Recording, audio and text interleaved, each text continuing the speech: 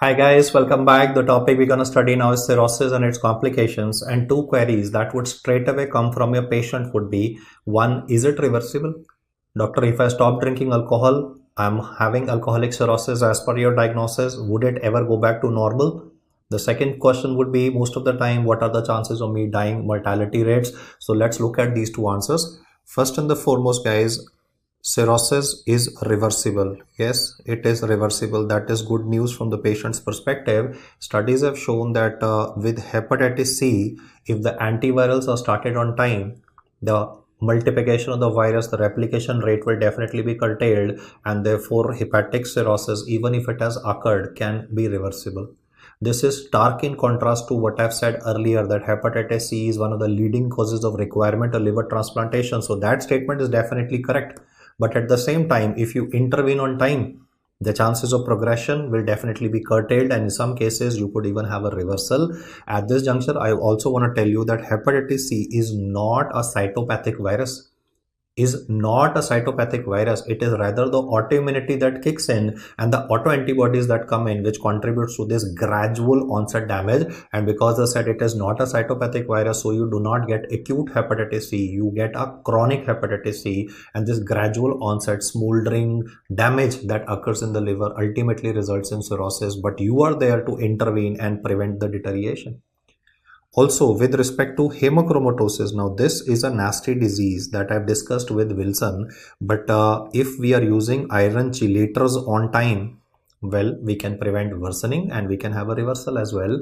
And alcoholic liver disease, yes, I mean, you would be telling this alcoholic that if you give up on alcohol completely, it has been documented in studies that alcoholic cirrhosis and alcoholic hepatitis may, the word is may, obviously, it's not a guarantee, but initial phases, you can have a reversal.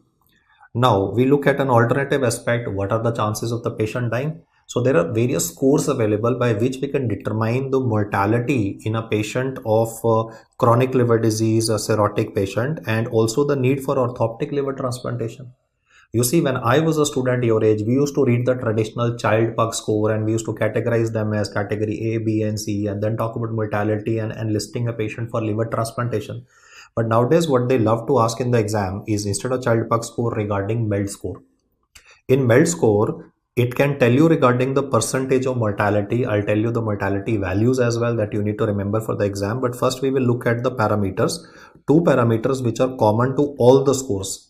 Whatever be the score with respect to the liver, two parameters will always be there: bilirubin and international normalized ratio, that is prothrombin time. The third component which is present here is serum creatinine. Why? Because most patients of advanced cirrhosis can go into hepatorenal syndrome as well. So three components are put in a statistical formula and you get a mathematical value.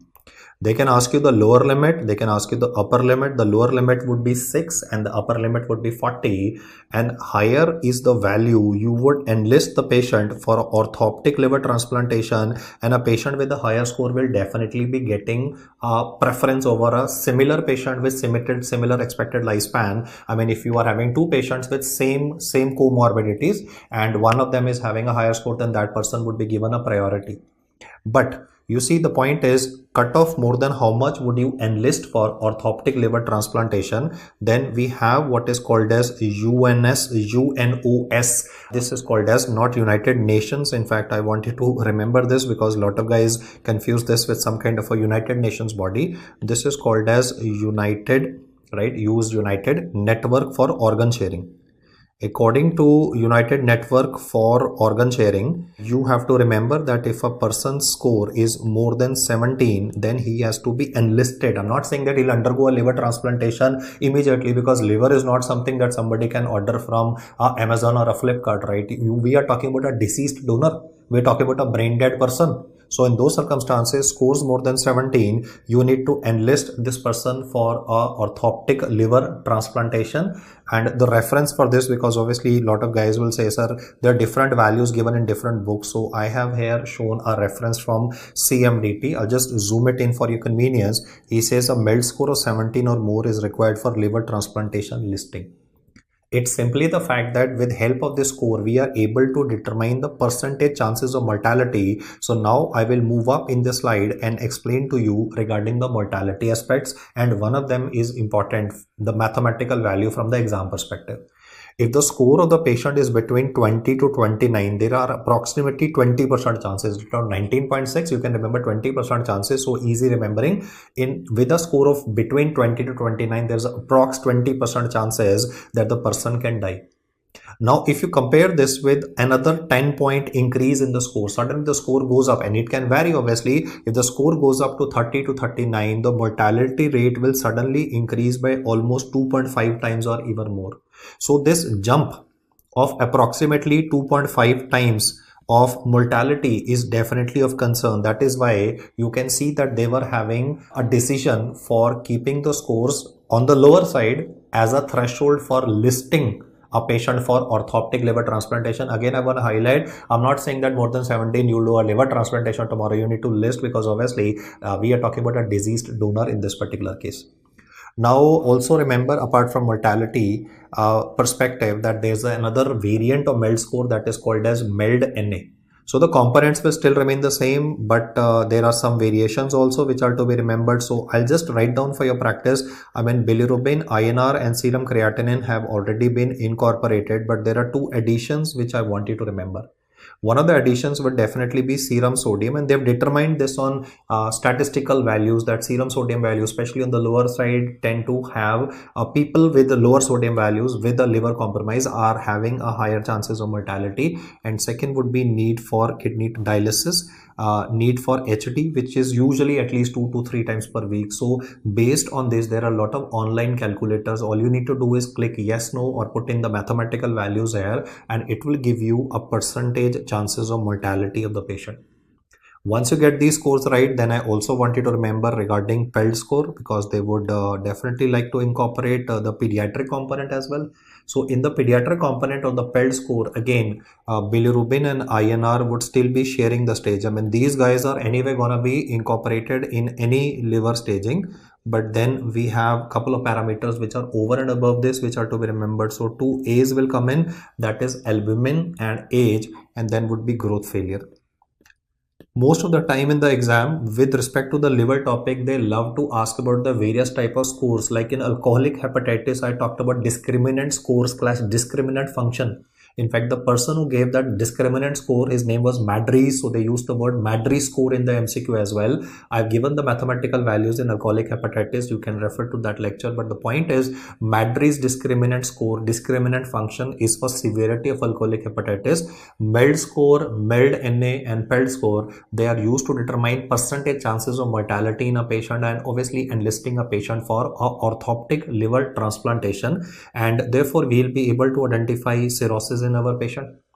If I go back by a couple of years, what I used to read was the standard child pug score, where the components were bilirubin and INR, obviously enjoying their, I would say, important status.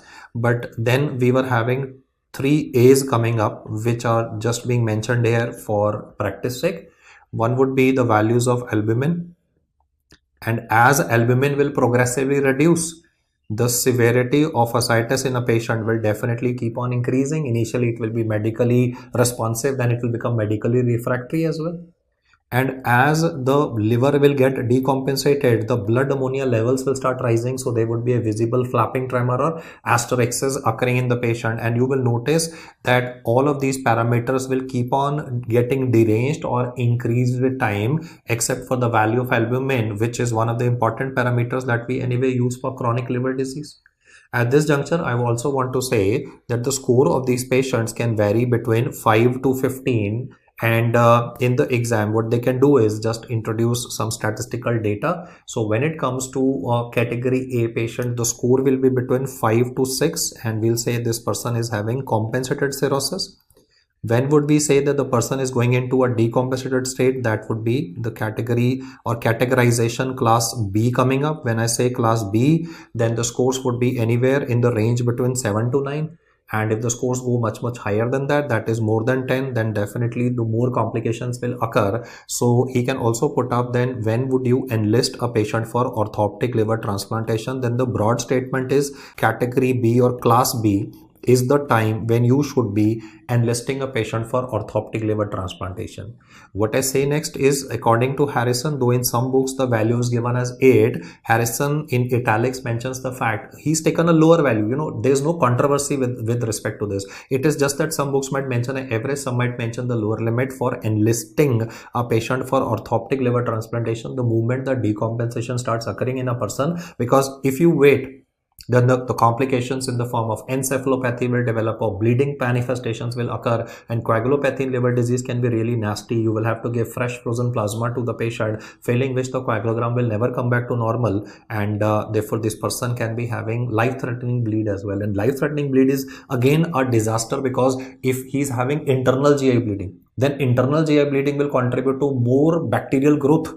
The bacteria in the intestine will proliferate to produce more ammonia, and this ammonia can be definitely troublesome because it can cause precipitation of hepatic encephalopathy. So one complication leads to another. I said if this guy is gonna bleed internally, there's gonna be an encephalopathy definitely triggered. So to handle so many complications together becomes very, very difficult. So we deliberately try to keep lower thresholds for keeping up a patient or deciding to go on for orthoptic liver transplantation, which obviously will not be available overnight, and there's anyway a shortage of donors and shortage of awareness of this particular aspect, especially with respect to transplantation in our country. Now, when it comes to invasive tests for identification of cirrhosis and then fibrosis, because you see, we can have initially a development of periportal fibrosis, then it can become a bridging fibrosis, then it would be nodular or nodules that would be formed, regenerative nodules formed in the liver. So there's a progression of the disease. Fibrosis can increase in severity over time and then would get converted into cirrhosis, and cirrhosis itself is having subtypes like compensated, decompensated. The technical meaning of the word decompensated, and the highlight of this video is, decompensated means that this chap will develop ascites and he will have bleeding varices. He could be having non-bleeding varices, right? That's not a problem for me. But if it is bleeding varices, if it's an ascites, especially ascites which is going to be refractory to medical treatment, it's definitely a problem for me. Now at this juncture, a query from a lot of people is, sir, you spoke about MELD score first and did not talk about child pug score, whereas in the book first child pug score is given first. Let's look at the reason for that. Especially I want you to focus on the ascites component. You see, I have said ascites will grade it from none to diuretic responsive to diuretic refractory. What I'm saying is that sometimes you would have seen ascites might be having partial response to diuretics as well. When you will give diuretics, it may not disappear completely, but it might at least reduce the disability of the patient. So when I say the fact that person is having mild, moderate or severe ascites, I can't quantify. There's no fluid criteria more than this much, because build of everybody is different.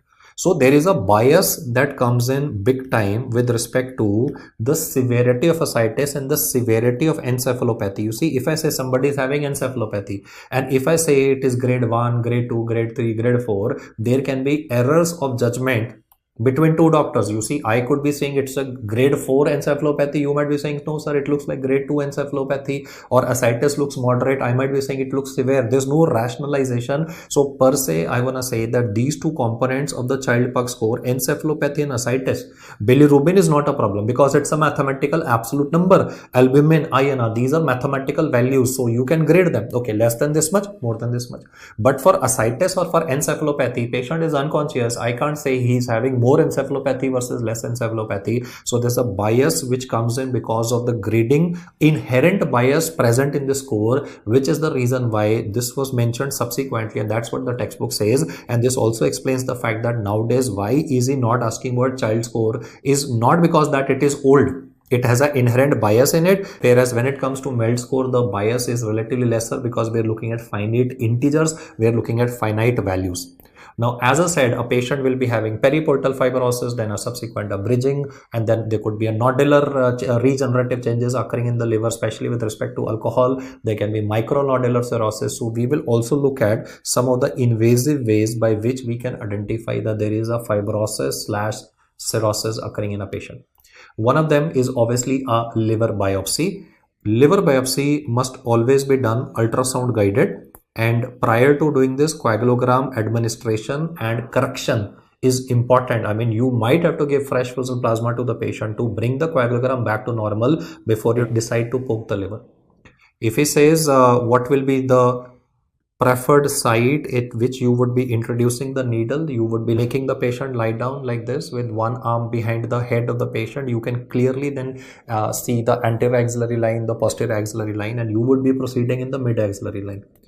What is the preferred site? So your answer would be 7th intercostal space, or you can use the 8th intercostal space, mid axillary line. And I repeat, it should ideally never be without any radiological guidance, because you definitely can have problems and medical legal issues can occur. Coagulogram must be corrected before this is administered, and when the liver biopsy report will come, then you will notice that they might be writing it as either based on Metavir scoring or on Ishak scoring. Now, I'll not try to teach you pathology here, but I'll still say a couple of important aspects. One, I just want you to remember that liver biopsy overall is the most accurate method to assess severity of chronic liver disease. I repeat the fact once again. I'm not talking about mortality. All I'm saying is, if I want to assess the severity of chronic liver disease, then this would be answered as the most accurate method, though at the same time, because it is invasive, it will not be finding much, I would say, acceptance from the patient's perspective. But this question has to be remembered: most accurate method for assessing the severity of chronic liver diseases, it's a liver biopsy. Reports would be either based on Metavir scale or Ishak scale. So in Metavir scale, you will always notice that grading would be given as F0 to F4. The differences are very subtle. It could be simply bridging, which could be described. It could be only present in the portal area, periportal area, as I was saying. And then subsequently, this fibrosis will be replaced by the word cirrhosis. On the other hand, in Ishak scale, it would be grading from 0 to 6 per se. So you can read pathology for especially these scores per se, but I don't think so that they're going to give you the value of a particular score and then ask you, okay, what will be the Ishak score for corresponding to this particular value given. That's highly unlikely. So the names are the ones which are to be remembered, and the statement that what is the preferred site for doing a liver biopsy, and then coagulogram aspects are to be remembered. Because I said that the acceptance of the patient with respect to liver biopsy will be lesser, so don't we have a non-invasive method by which we can identify that is it a fatty liver, is it hepatitis, alcoholic hepatitis, is it cirrhosis occurring in a patient? I mean, I'm trying to grade it here. It could be fibrosis, it could be very severe fibrosis, it could be cirrhosis occurring in a patient. So we do have a non-invasive method by the name of transient elastography. And when I write the brand name, I'm very sure your medical representatives or representatives from various laboratories, when they come to call you as an intern, right, they might be saying, sir, this facility is available at our hospital. If you find a needy patient, do let us know. So FibroScan is the commercial name, or transient elastography. What this test is basically doing is simply that you are sending in a vibration or a shear wave. Now they are not using the word vibration, but it definitely is producing waves. These waves are going through the liver tissue. Now compare this going through the normal liver tissue of your and mine, and compare that with the shear wave or the vibration waves trying to go through a fatty liver versus a fibrotic liver versus a hard liver with respect to cirrhosis, right? So there's definitely gonna be a variation present. So simply we are sending in a shear wave, and this shear wave speed can be measured, right? What they're doing in transient elastography is simply that they're measuring the speed of the shear wave, which is generated by vibration. So patient will definitely say that, you see, I could feel pulsation over my right upper quadrant when you put on the probe for a fibroscan. And the device will be using some statistical methods. The inbuilt computer and the microprocessor will then generate a report before you, which will be then telling you that is this advanced fibrosis versus a cirrhosis. And then we also have a blood test by which we can identify the severity of fibrosis progressing towards cirrhosis, which is called as fibro test. So let's look at the parameters here. I mean, there's no limit to the amount of data you can remember, but yes, this test would definitely tell you regarding fibrosis that is occurring in the liver. One of the parameters is bilirubin, but now what comes in is gamma GGT. Gamma GGT is one of the markers for alcoholism, right? For alcoholic hepatitis, it is obviously SGOT, but gamma GGT, gamma glutamyl transpeptidase, this plays an important role to identify especially heavy drinkers or alcoholism, because lots of time patients may not be telling you their exact history, how much do they drink, or do they drink at all or not. I mean, you ask a patient, do you drink? Most Indian patients say, no sir, I drink only on a weekend, maybe on a party, whereas he might be drinking on a regular basis. So you need to be sure. So bilirubin, gamma GGT, C are two of the components, and then mnemonic which can be remembered is HAM, where the components to be remembered are haptoglobin. Then alpha or A alphabet is to be remembered for apolipoprotein A. You read this with the HDL, and then I said M, that would be alpha 2 macroglobulin, not microglobulin. I said it is macroglobulin. These are some of the tests that can tell you that there is definitely a fibrosis occurring in the patient. In this particular slide, what I've tried to highlight or explain to you is that if I wanna evaluate fibrosis progressing to cirrhosis, I am having a couple of tests available here by the name of liver biopsy, transient elastography, and a fibro test. But if a person is having a full-blown cirrhosis and I want to determine, is it compensated?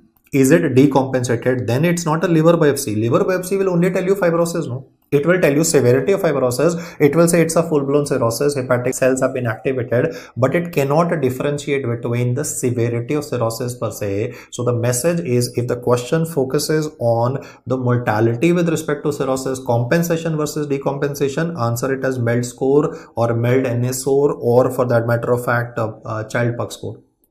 But if he specifies how do you identify fibrosis in the liver, what is the most accurate method for severity of chronic liver disease? Okay, liver biopsy, that's a standard information because that's a gold standard test against which other tests are evaluated. So this particular slide is primarily for fibrosis in the liver, whereas the slides previous to this were for the severity of cirrhosis and for the grading of cirrhosis as well. One more test I would like to tell before we begin with the complications would be to check out for the values of albumin versus globulin. You see, if you are going to do a serum electrophoresis of a normal individual, then you will definitely be able to pick up the various proteins. That's going to be albumin, and then there are three types of globulin, and the three types of globulin are seen on the image at the moment. That would be alpha 1, alpha 2 globulin, then is a beta globulin, and then is a gamma globulin. So standard features that we see. Now, the basic concept is that in the exam, he gave an image like this in which normal values were obviously given, but along with the normal values, what you are noticing is that the albumin present in the patient in the curve was relatively lesser. You also notice that alpha 2 macroglobulin component is elevated, albumin is lesser. I'll just put an arrow to highlight what's the problem. Albumin is lesser, alpha 2 macroglobulin is elevated, and then gamma globulin you can see again is relatively lesser. So the message or the concept behind this electrophoresis report is that in which condition would you be having a decrease in the value of albumin as well as a decrease in the value of the gamma globulin. It is gonna be a condition where these are gonna be lost in the urine. I am talking about a patient of nephrotic syndrome. So what they did simply in the exam was that they gave the serum electrophoresis reports where normal and abnormal both were shown, and they said interpret the serum electrophoresis report of this patient. In nephrotic syndrome per se, what happens is alpha 2 macroglobulin is elevated because this is an acute phase reactant. So the values of this can be explained to be elevated, but the urinary loss of albumin and globulin will contribute to the values being lesser. Let's compare this with the subsequent report, which is for a CLD patient. Now see what happens. Obviously in chronic liver disease, because liver will synthesize albumin, and if liver is damaged, albumin will be lesser in chronic liver disease than in cirrhotic patients, as I mentioned in child pug score as well. But globulin values will be elevated. Why that is so? You can see here in the representation, globulin values are much more than the baseline values. Why that is? Because of the fact that the catabolism of globulin in the body occurs in the liver. I repeat the fact once again, you need to remember this concept. Catabolism of globulin in our body occurs in the liver per se. If there's gonna be a defective catabolism, if it's not gonna be broken down, then the value of globulin will definitely be elevated. And you can also see alpha 2 macroglobulin is not elevated here. So we are studying regarding chronic liver disease topic only and cirrhosis only, but I've shown this serum electrophoresis reports to just highlight the fact that It's not sufficient to only know the fact that albumin is a good marker for chronic liver disease. It's a component child pug score, but they can ask you to interpret a report with respect to albumin as well as globulin in a serum electrophoresis as well. So let's do it one more time from the exam perspective, and this would be relatively easy. In fact, I've deliberately kept the name on here as well, because you can see in the gamma globulin component you are getting this characteristic church spire appearance that I would say like the building of a church, the topmost part would be pointed, so church spire appearance, or sometimes they might even call it a M spike. And this spike in gamma globulin component that is occurring is with respect to a patient of multiple myeloma. This additional facts that I have highlighted should definitely be remembered for the exam. Obviously albumin issues are to be remembered, but comparison wise I have put albumin globulin, and I have said that if in a question in electrophoresis albumin globulin both are reduced, it means that there is definitely a urinary loss. Do keep a watch on alpha 2 macroglobulin values. If you find albumin is less and globulin is elevated, it means the fact that the person is having cirrhosis because the catabolism of globulin is hampered. But if you find that the albumin is perfectly normal and globulin is super high, then in those circumstances this would be a plasma cell dysuria, this would be multiple myeloma. So these aspects that I've highlighted with respect to electrophoresis are also to be remembered in the exam. Now, once you are over with these baseline data, we will next be looking at how the patient will present to us. The presentation of the patient will be dependent on the etiology behind development of cirrhosis. So let's get the baseline data right. If the question simply says overall, what is the number one cause of cirrhosis? Mark my words there. If I said what is the number one cause for requirement of orthoptic liver transplantation, hepatitis C. But the most common cause of cirrhosis overall would be alcoholic liver disease. Once it get decompensated, you would be having bleeding, varices and ascites. The most common cause which requires a OLT would be a hepatitis C induced cirrhosis. This is not a cytopathic virus, but definitely over a period of time the autoimmunity kicks in, and that contributes to a gradual onset damage to the liver. The chronic hepatitis gets converted into chronic liver disease, end stage liver disease, and then a requirement. The message I wanted to remember here is that the clinical features will be definitely dependent on the causes of cirrhosis, because there are so many. So a lot of findings could be actually explained from understanding the table for causes. The first cause is alcoholic liver disease. I want you to remember that alcohol, once it goes into the body, then it will be metabolized through one cytosolic alcohol dehydrogenase enzyme. In fact, majority of the alcohol that goes in the body goes to the liver and is metabolized by cytosolic alcohol dehydrogenase, and this is going to contribute to development of acetaldehyde, which is the main villain which will be causing reactive oxygen species to contribute to damage to the liver cells primarily. So the message is this person will be having hepatocyte damage, reactive oxygen species are coming into picture, and similarly the cells in the liver which you read by the name of Kupffer cells are also getting activated. These Kupffer cells will further cause production of cytokines, and these cytokines will then trigger activity of hepatic stellate cells. So look at the amount of damage that is being caused by consumption of alcohol on a regular basis. That acetaldehyde, the toxic product that is found, will not only cause hepatocyte damage. You in this condition will not only be having a fatty liver, but there would be reactive oxygen species which would be generated causing hepatocyte damage, Kupffer cell activation which will release cytokines, and these cytokines will then activate the stellate cells, and stellate cells, all they do is cause fibrosis. So you would be having a micronodular cirrhosis. In the initial part of alcoholic cirrhosis, it's a micronodular cirrhosis. Studies have shown if there is a complete abstinence of alcohol, this can go back to normal. The definition of micronodular here would be nodules of size less than 3 millimeter, and therefore alcohol can contribute to myriad manifestations with respect to the whole body and obviously with respect to the liver. The alcohol is also metabolized by a microsomal system. So I'm not talking about microsomal cytochrome P450, but we have a special microsomal ethanol oxidizing system also.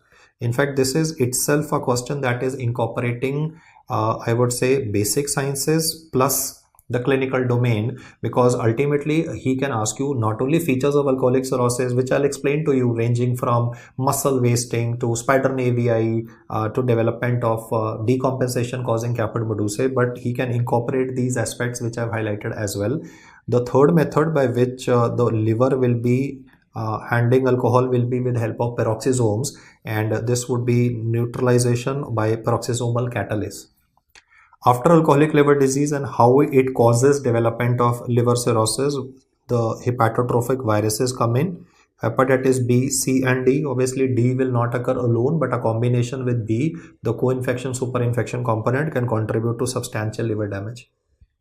Then is autoimmune hepatitis. There's a separate video on the same. There are multiple antibodies which are present here, like anti-LKM antibody. So go through that lecture to remember the name of the antibodies. And autoimmune hepatitis lots of time can be associated with hepatitis C.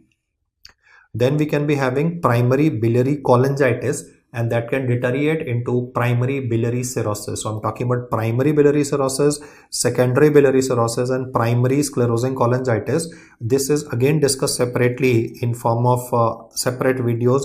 Anti-mitochondrial antibody coming up for primary sclerosing cholangitis, that is p-ANCA antibody. So these antibodies can definitely be present in the question and would give you a hint that the person has gone into a cirrhosis subsequently due to the continuous insult by this autoimmune system. Then even obesity contributes to non-alcoholic steatotic hepatitis. So it's not only fatty liver that I'm talking about and then a development of decompensated cirrhosis, but even non-alcoholic steatotic hepatitis can contribute to development of cirrhosis. Then can be genetic conditions like Wilson or hemochromatosis. For Wilson disease, we'll be doing a specialized test, 24-hour urinary copper. And for hemochromatosis, we'll be checking out the percentage saturation of transferrin along with ferritin values, and we'll be able to identify the condition. Then he can also ask about conditions like alpha-1 antitrypsin deficiency, which can be associated with both emphysema and bronchiectasis. In fact, in alpha-1 antitrypsin deficiency, I especially want to say that it is not the problem with alpha-1 antitrypsin production. Production is okay. Production is okay. It is the excretion that is defective, and there's a special phenotype of it that is called a double Z phenotype, which has a higher incidence or development of cirrhosis. Do remember my fact, in alpha-1 antitrypsin deficiency, it is not that alpha-1 antitrypsin is produced lesser, it is produced normal, it is not excreted, and therefore it will accumulate in the hepatocytes. So you read about PAS positive, right? PAS positive inclusions present in hepatocytes.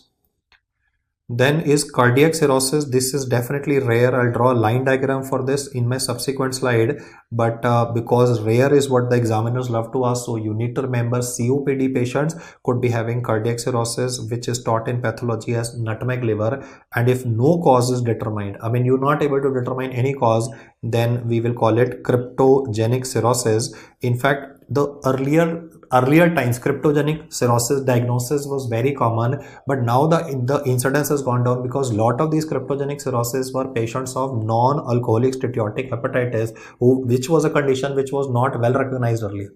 So cryptogenic cirrhosis as a term is something that is used very rarely, and I mean sometimes instead of cryptogenic cirrhosis, an alternative term that might be written is NCPF. That's an old term. You may not get this in current books. Non-cirrhotic portal fibrosis, a very enigmatic term, non-cirrhotic portal fibrosis, whereas the topic we are studying is cirrhosis. So you're not gonna get this term usually in the books now, non-cirrhotic portal fibrosis. It would be written as cryptogenic cirrhosis, which would always be a diagnosis of exclusion. So you could be having cholestasis present in a patient before he starts describing cirrhosis. So that obviously means that we are talking about point number 4. Whereas if he talks about a child who's having neurological manifestations also, and then a developmental liver decompensation, we very well know we are talking about Wilson. If there's a child who's having thalassemia, he's receiving packed RBCs, and then he talks about the fact that this child is having liver damage, then I know I'm talking about bronze diabetes, because pancreas would be damaged and liver would also be damaged. So reading the causes will definitely help you understand that apart from the standard features of cirrhosis, which I'll write down or enumerate, the question or the examiner can incorporate a lot of information from this table as well, which if you read up aspects carefully by just reading the names, you will be able to solve questions relatively better. Now let's look at the line diagram for cardiac cirrhosis. This is a patient of COPD and he's suffering from pulmonary artery hypertension. So in this line diagram, I've shown this to be the pulmonary artery. This is the bifurcation. This is the right ventricle. And if a person will be having pulmonary artery hypertension, the plus sign here means that there is a pulmonary artery hypertension developing, then this will compromise the right side of the heart. Compromise of the right ventricle will compromise the right ventricle as well as the right atrium. So there would be congestion in the inferior vena cava. I have symbolically shown substantial congestion in IVC, so there would be congestion in the liver also, and the liver of this patient might actually increase in size. Look at the surprising thing that I'm saying to you. I'm saying everything started from cor pulmonale. There was a pulmonary artery hypertension. Then there was a right ventricular decompensation that was occurring in the patient, and now he is having hepatomegaly. The surprising thing is I'm teaching you cardiac cirrhosis. The word is cirrhosis. I'm teaching you hepatomegaly. Yes, because this is what happens initially in these patients before the stellate cells come in the picture. And once the stellate cells come in the picture, then the fibrogenesis that occurs will result in shrinkage of the liver of the same patient. In the same patient, the liver span will then regress. This description where you have a congestion in the liver, then you have a regression in the size of the liver, is what is taught in a pathology class as nutmeg liver. The pathological specimen is given in Robbins, very characteristic. And what in medicine, what we use as a term for nutmeg liver is cardiac cirrhosis. Initially, these patients would be having a hepatomegaly. Do not confuse with Budd-Chiari. In Budd-Chiari, there is a hepatic vein thrombosis followed by IVC thrombosis. Here, I never used the word thrombosis. Here I simply said congestion. It's a congestion all the way. So if you just get the congestion word right, congestion in RV, congestion in RA, congestion in IVC, congestion in the liver, you would be able to understand the pathogenesis behind development of cardiac cirrhosis. And especially if he talks about a smoker ending up with pedal edema, understandable. But you read about a smoker having a subsequent cirrhosis, it's not only a alpha-1 antitrypsin deficiency which is going to be related to emphysema and then a development of cirrhosis. Even smoking per se, the centrias and a variety of emphysema might be present in this patient and he's developing a cirrhosis subsequently. Based on the causes that I have explained, let's now enumerate and jot down the manifestations that will be occurring in a patient of compensated cirrhosis. There is going to be no portal hypertension as of now. Portal hypertension is hepatic venous wedge pressure more than 5 mm. I'll describe the manifestations of that subsequently in the same video. In all the causes that I've explained, especially alcoholic cirrhosis, you might notice over superior vena cava distribution these very fine dilated cutaneous arterioles. This would be referred as spider nevi or would also be called as spider angioma. The site where you check for them will be over the shoulders and over the neck of the patient, so they would be present on superior vena cava distribution.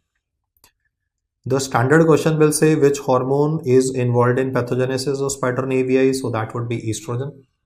But do not call spider nevi as pathognomonic of cirrhosis because they may also be seen even in pregnancy and rheumatoid arthritis. So I've told you 3 causes for spider nevi. They can be present in pregnancy, rheumatoid arthritis, as well as alcoholic cirrhosis or any other etiology of cirrhosis as well, but predominantly alcoholic cirrhosis.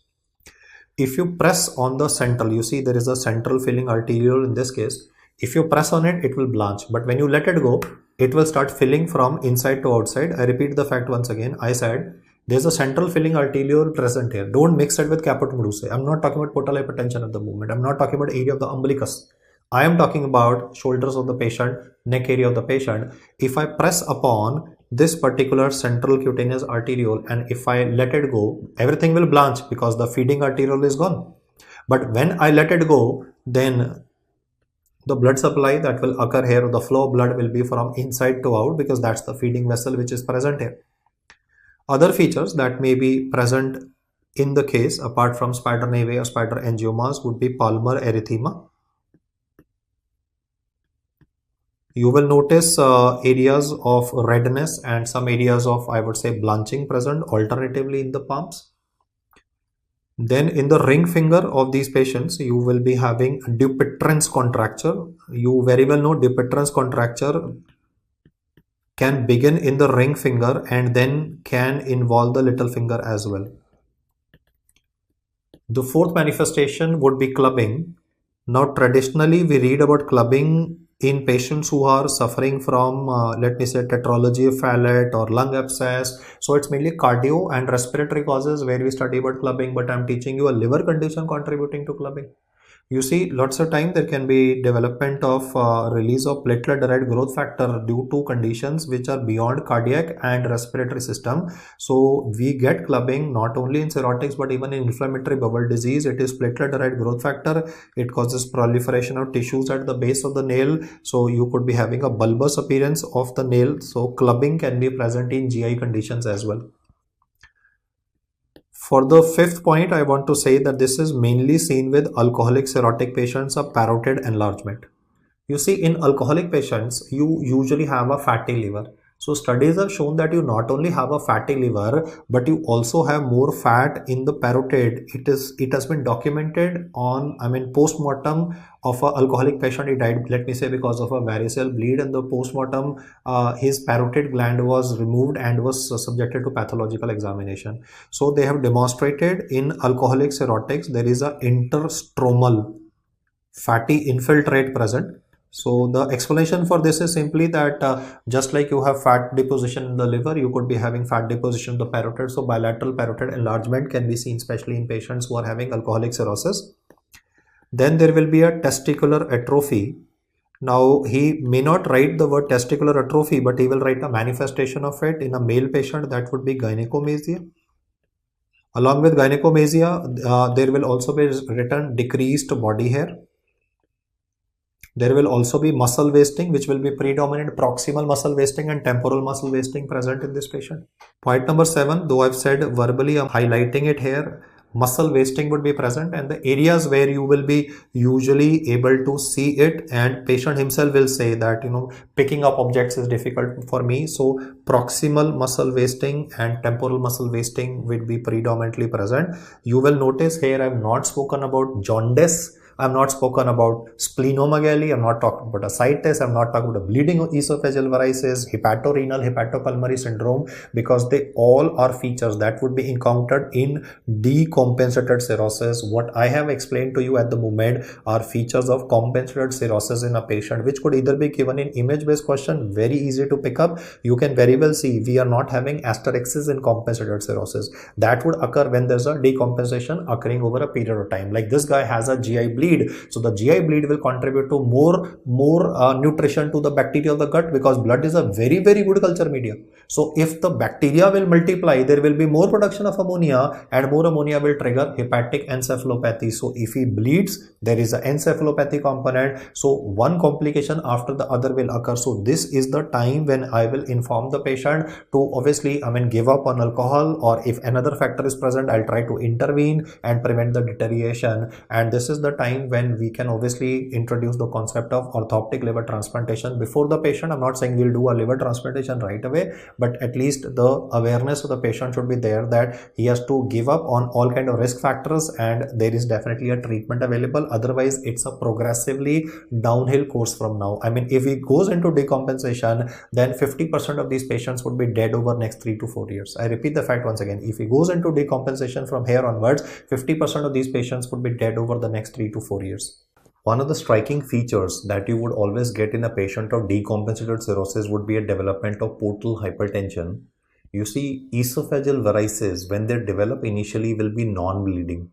So we can be starting the patient on propranolol or on nadolol. But once the pressure becomes substantially high, usually in excess of 12 millimeters of mercury, these varices can burst.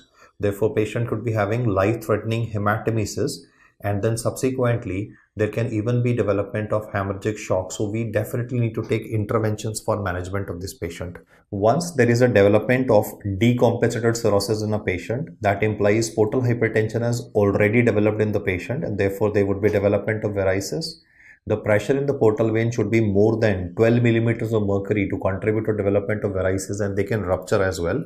Now, if you look at the current information that is present on the slide, I want to point out to the fact that initially these varices will be of the non-bleeding variety. So I can be using nadolol or propranolol to prevent them from deteriorating and get converted into bleeding esophageal varices. But let us assume that the patient never came to us on time, or for that matter of fact was non-compliant with medication, then the pressure will rise and these varices will rupture, and the lower esophageal veins, once they rupture, the bleeding would be pretty severe enough to contribute to even hemodynamic compromise of the patient.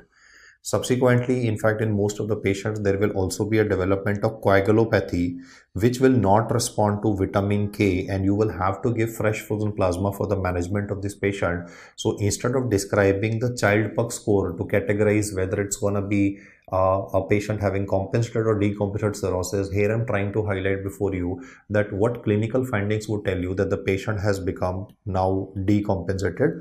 The highlight is development of bleeding varices, ascites, coagulopathy, and subsequently encephalopathy, which is the end stage, would signify decompensation. In fact, from the exam perspective, because they love to ask regarding portal hypertension, the subtypes of it, including the prehepatic, hepatic, and the posthepatic causes, I will draw a diagram here before you, a schematic diagram to highlight how the disease will evolve and what will be the manifestations. Here, what I've shown is the splenic vein and the superior mesenteric vein, which will then be joining together to form the portal vein, and the normal pressure in the portal vein would be usually less than 5 millimeters of mercury. If there is going to be fibrosis in the liver, which I've symbolically shown with red, it will increase the resistance. So I'm just putting an alphabet R here to say that the resistance with which the blood has to enter into the liver will be increased, contributing to an increase of the pressure in the portal vein. This will be transmitted to the splenic vein, resulting in enlargement of the spleen of the patient. So you are going to have development of splenomegaly. In fact, one of the early findings that you get in all patients of portal hypertension is splenomegaly. And when the size of the spleen increases, it can also contribute to development of hypersplenism, which explains the fact that if you're gonna check out the complete blood count of a patient having portal hypertension, there might be thrombocytopenia, and even the white blood cell count of the patient will be lesser. The increase of this pressure in the splenic vein will also explain the fact that why there is transudation of fluid from the capillary bed, and therefore once there is transudation of fluid out of the capillary bed into the peritoneal cavity, there would be also a development of ascites, and as the amount will keep on increasing, you would be having a puddle sign coming up, then shifting dullness, fluid thrill occurring, and then there might even be development of tense ascites with the umbilicus of the patient everted out, or it would give you a sense of as if the patient is having an umbilical hernia, because the pressure will increase in the superior mesenteric vein as well. So subsequently, you would also be having rectal hemorrhoids. So what I'm talking about is development of portosystemic collaterals in this patient. And while I'm going to write them before you, you guys tell me how many sites of portosystemic collaterals are you aware of? Another issue that would come up would be that esophagus of the patient. Let's take this as the representation of the esophagus. So the esophageal veins are becoming prominent and they'll pop off also. So the question that has been asked said, in fact, I can put it like this. Non-medico is asking you, sir, the pressure is increased in the portal vein and you are telling me that the bleeding will occur from the esophagus. You see, the point is, after all, the pressure is increased in the portal vein, but then the bleeding is occurring from the esophagus. So this guy is asking you, sir, is there some connection? So you very well know from anatomical perspective that azygos vein and we have a hemiazygos vein. So azygos vein will be the link which will connect the portal vein to the esophageal veins. And once there is a transmission of pressure, because these veins would be relatively thin walled, they can pop off. Anatomically speaking, if he says what is the source of bleeding here, because they love to ask regarding source of bleeding, like for a peptic ulcer disease, if it's duodenal ulcer, it's gastroduodenal artery, if it's gastric ulcer, it's the left gastric artery. Similarly here it is the coronary veins. Yes, coronary veins. I mean, we read about coronary arteries in the heart per se, but coronary veins would be the technical name for the lower esophageal veins. In fact, deliberately he has not written the word lower esophageal veins in the exam, but he expected you to remember the atypical name also, that is coronary veins. Once they rupture, there would be life-threatening hematemesis, which can cause a hemodynamic compromise occurring in the patient. You see, nitric oxide is always liberated from a damaged liver. A cirrhotic liver ultimately causes splanchnic vasodilation. So there would be more blood flow present in this entire circuit, and the higher blood flow also contributes to increase in the hydrostatic pressure, which explains why ascites would be developing. In fact, this schematic diagram that I have drawn before you represents portal hypertension. Just To set the record straight, I would like to mention some pressure values here as well. The definition of portal hypertension is hepatic venous pressure gradient more than 5 millimeter of mercury. And when would you be getting esophageal varices? Then the pressure should usually be in excess of 12 millimeters of mercury when this will happen. And our objective is to prevent this from happening. I mean, my objective is to prevent the development of rupture. So what can I do? Either I can go for a prophylactic endoscopic procedure, that is EVL. We can go in for endoscopic variceal ligation, or we can start the patient on drugs depending on the convenience and obviously depending on the facility. But from a doctor's perspective, obviously to prevent the deterioration and prevent a life-threatening bleed, I would recommend the patient to go in for an endoscopic variceal ligation. Now, once we are aware of all these aspects, then the question can say, what is the investigational choice for diagnosis of portal hypertension? You see, ultrasound can simply tell you that the liver span is reduced. Ultrasound can tell you that there is an enlarged spleen. It can also tell you there's free fluid in the peritoneal cavity. But if you have to evaluate the pressure, then you definitely have to turn on the Doppler. The investigational choice for diagnosis of this would be a duplex, that is a Doppler scan that would help you evaluate the exact pressure values. I mean, we don't need any invasive test. We can simply do a Doppler and we can measure the pressure gradients. Once we are done with this, then I put up this question before you, that how many portosystemic collateral sites are you aware of? So let me just jot that down before you. And you can come up with the number, in fact, because I think this would be an overlap between medicine and anatomy as well. The weakest link in the entire circuit happens to be the esophageal veins, and they can form varices and then they can rupture. But then we can also have rectal hemorrhoids. So fresh blood in the stool can be present, and once these patients will develop coagulopathy, then I can say that the bleed can be even internal GA bleeding, which can precipitate development of hepatic encephalopathy. The third site, which would not be visible to the naked eye, would be bare area of the liver. Then would be caput medusae. Now caput medusae would be dilated veins, and they would be present around the umbilicus like this. If they give you a image-based question in which you are having, let me say that this is the representation of the umbilicus, and you are having these dilated veins which are present only above the umbilicus, or for that matter of fact, image-based questions where these veins are present only inferior to the umbilicus, then the answer will obviously change, because in caput medusae the veins are gonna be all through. If it's gonna be only superior, that means that the patient could be having a superior vena cava thrombosis, and it is these collaterals that would be bringing the blood supply inferiorly. Whereas if a person is having inferior vena cava thrombosis, then you definitely will be having collaterals developing, which will be bringing the blood again towards the umbilicus. But when it comes to caput medusae, the flow blood will not be towards the umbilicus, it would rather be away. So do remember these aspects here from the image-based perspective. I mean, in an image-based question, you obviously cannot make out the direction of flow, so he will just draw an arrow. But if you're gonna be having an image where all around the umbilicus veins are present versus only superior part or only the inferior part, then you should be able to differentiate. And most of the time, I mean, he may not give you proper clinical history, and he might say that this would be a spotted diagnosis as well. I have at this juncture mentioned 4 sites for portosystemic collaterals, but the number of sites are definitely more, though they may not be visible to the naked eye. So from the anatomical perspective, you will be answering total of 7 sites. That would be omental veins, then would be retroperitoneal veins and the lumbar veins as well. So do remember this aspect, guys, because most of the time when I'm taking a live class and when I'm asking regarding the sites of portosystemic collaterals, I usually get answers like 3 or 4, which are like the common ones, and especially 1, 2 and 4 are the ones which are visible to the naked eye. But then you need to remember 3, 5, 6, 7 as well from the anatomical domain.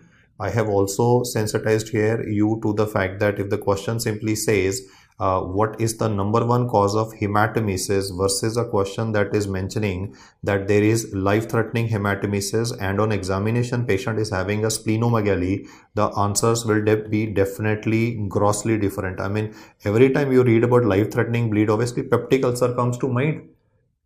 Overall, the number one cause of hematemesis remains the same, peptic ulcer. But if it is splenomegaly given in the question, then the entire dimension of the question would change and your answer would be given as portal hypertension. I have already told you pressures more than 12 millimeters of mercury would cause esophageal varices to develop. The amount of pressure will be substantial for the thin wall of these esophageal veins to handle, and they'll pop off, and therefore life-threatening bleed can occur. In the exam, they also love to ask here regarding prehepatic causes, hepatic causes, and post-hepatic causes. So I'll be mentioning a table before you. And in fact, for the hepatic one, I will be dividing this further into three, that is sinusoidal, pre-sinusoidal, and the post-sinusoidal variety. Let's look at the easiest one of these, that is the prehepatic variety. One of the primary reasons for this can be portal vein thrombosis. Now, why portal vein thrombosis is occurring could be secondary to catheterization that was done. Especially in babies, you could be having procedures done like an exchange transfusion. So if you're doing exchange transfusion and there is a subsequent portal vein thrombosis, then this child can develop portal hypertension as he will grow up. The same thing could be explained even for splenic vein thrombosis. So whether it's a hypercoagulable state contributing to it, or it was some procedure that was done like an exchange transfusion that I explained, but whatever be the trigger, it will ultimately contribute to problems being present right before the liver. So we calling it a prehepatic. The third cause is to be remembered carefully because you read about a term by the name of Bantu syndrome, especially in Robbins, you read about Bantu syndrome, and here I am teaching you regarding Bunty syndrome. Let's look at the fundamental difference between the Bantu and the Bunty syndrome. First of all, Bunty syndrome.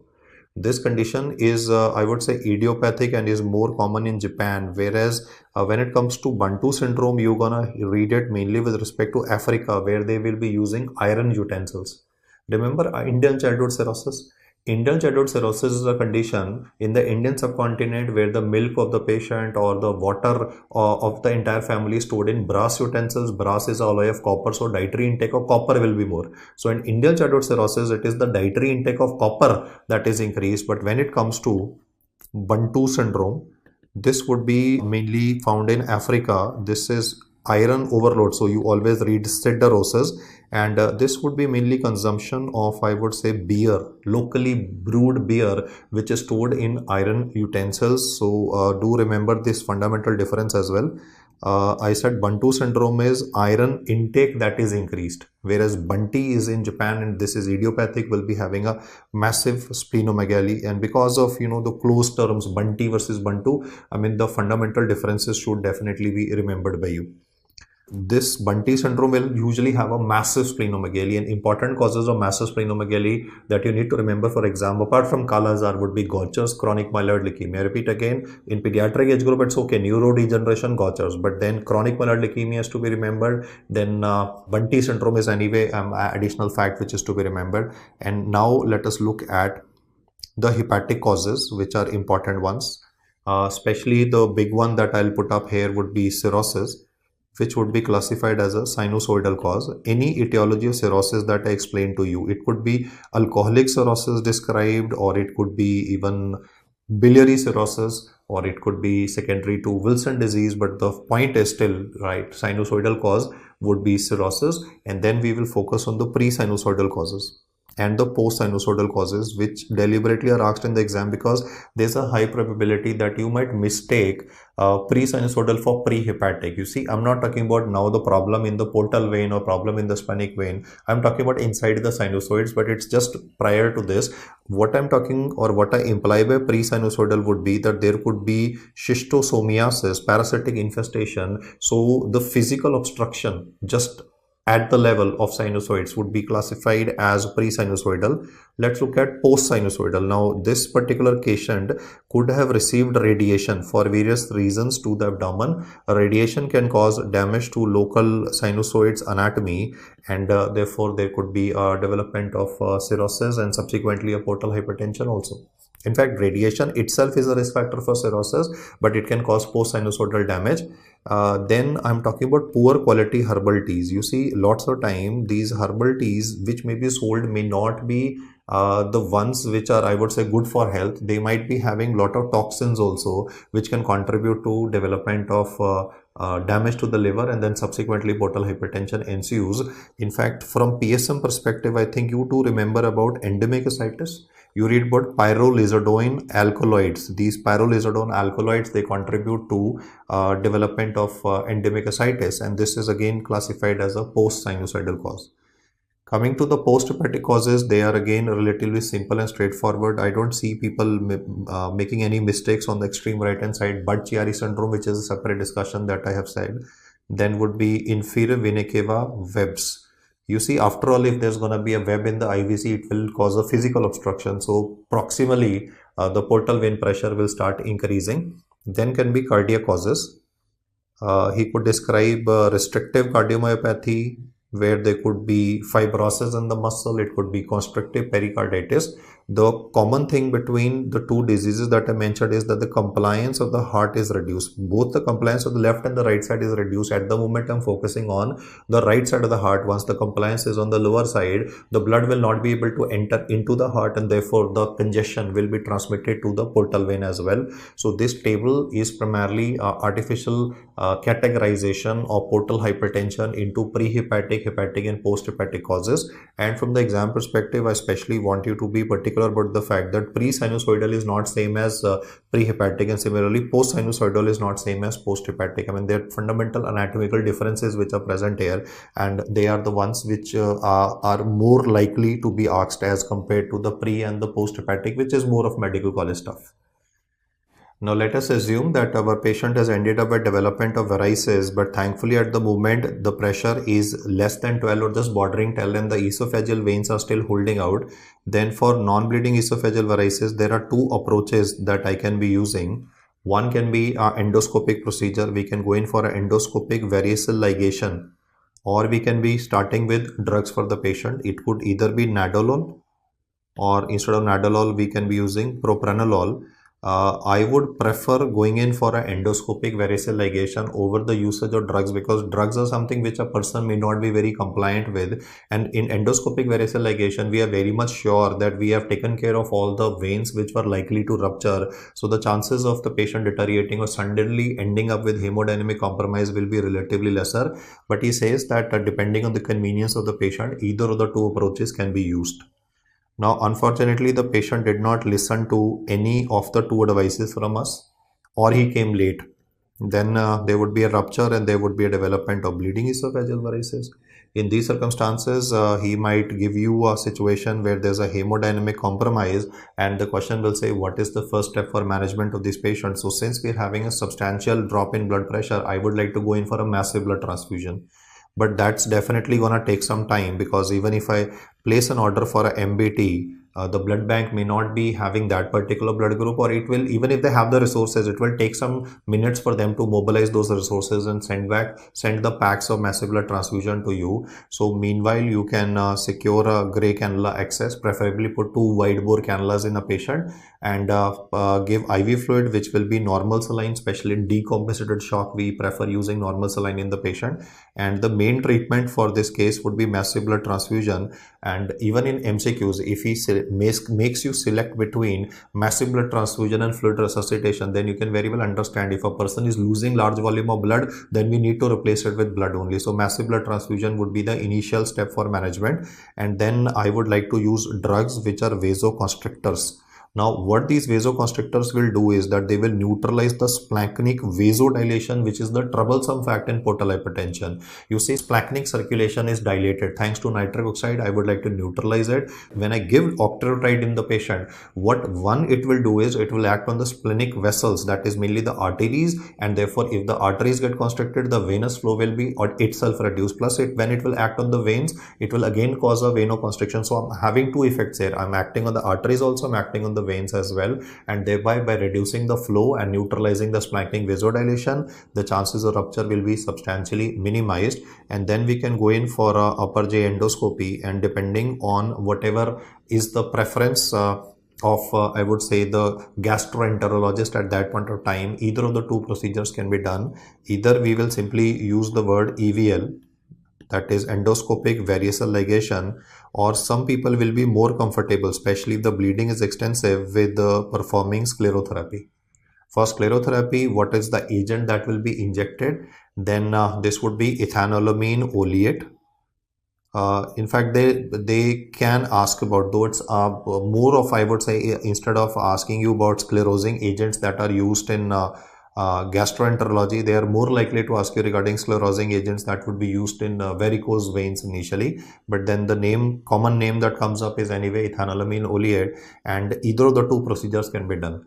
I also want to bring to your notice the fact that the same patient might even be having a portal gastropathy. That is, even if you do ligation of all the veins, because you have ligated all the veins, that does not mean patient will not bleed. There's a possibility that there can be chances of bleeding in a patient even because the blood vessels of the stomach will also be dilated. So the blood might be coming from the stomach. So in large number of cases where you get a recurrent bleeding occurring, it is mainly portal gastropathy which is present because you have ligated the veins. You have either of the two, either the ligation has been done or a sclerotherapy has been done, or in one sitting ligation was done in some of the varices, and in another varices that was found subsequently bleeding and was not present initially. The gastroenterologist had performed a sclerotherapy, but in spite of that, there's another episode.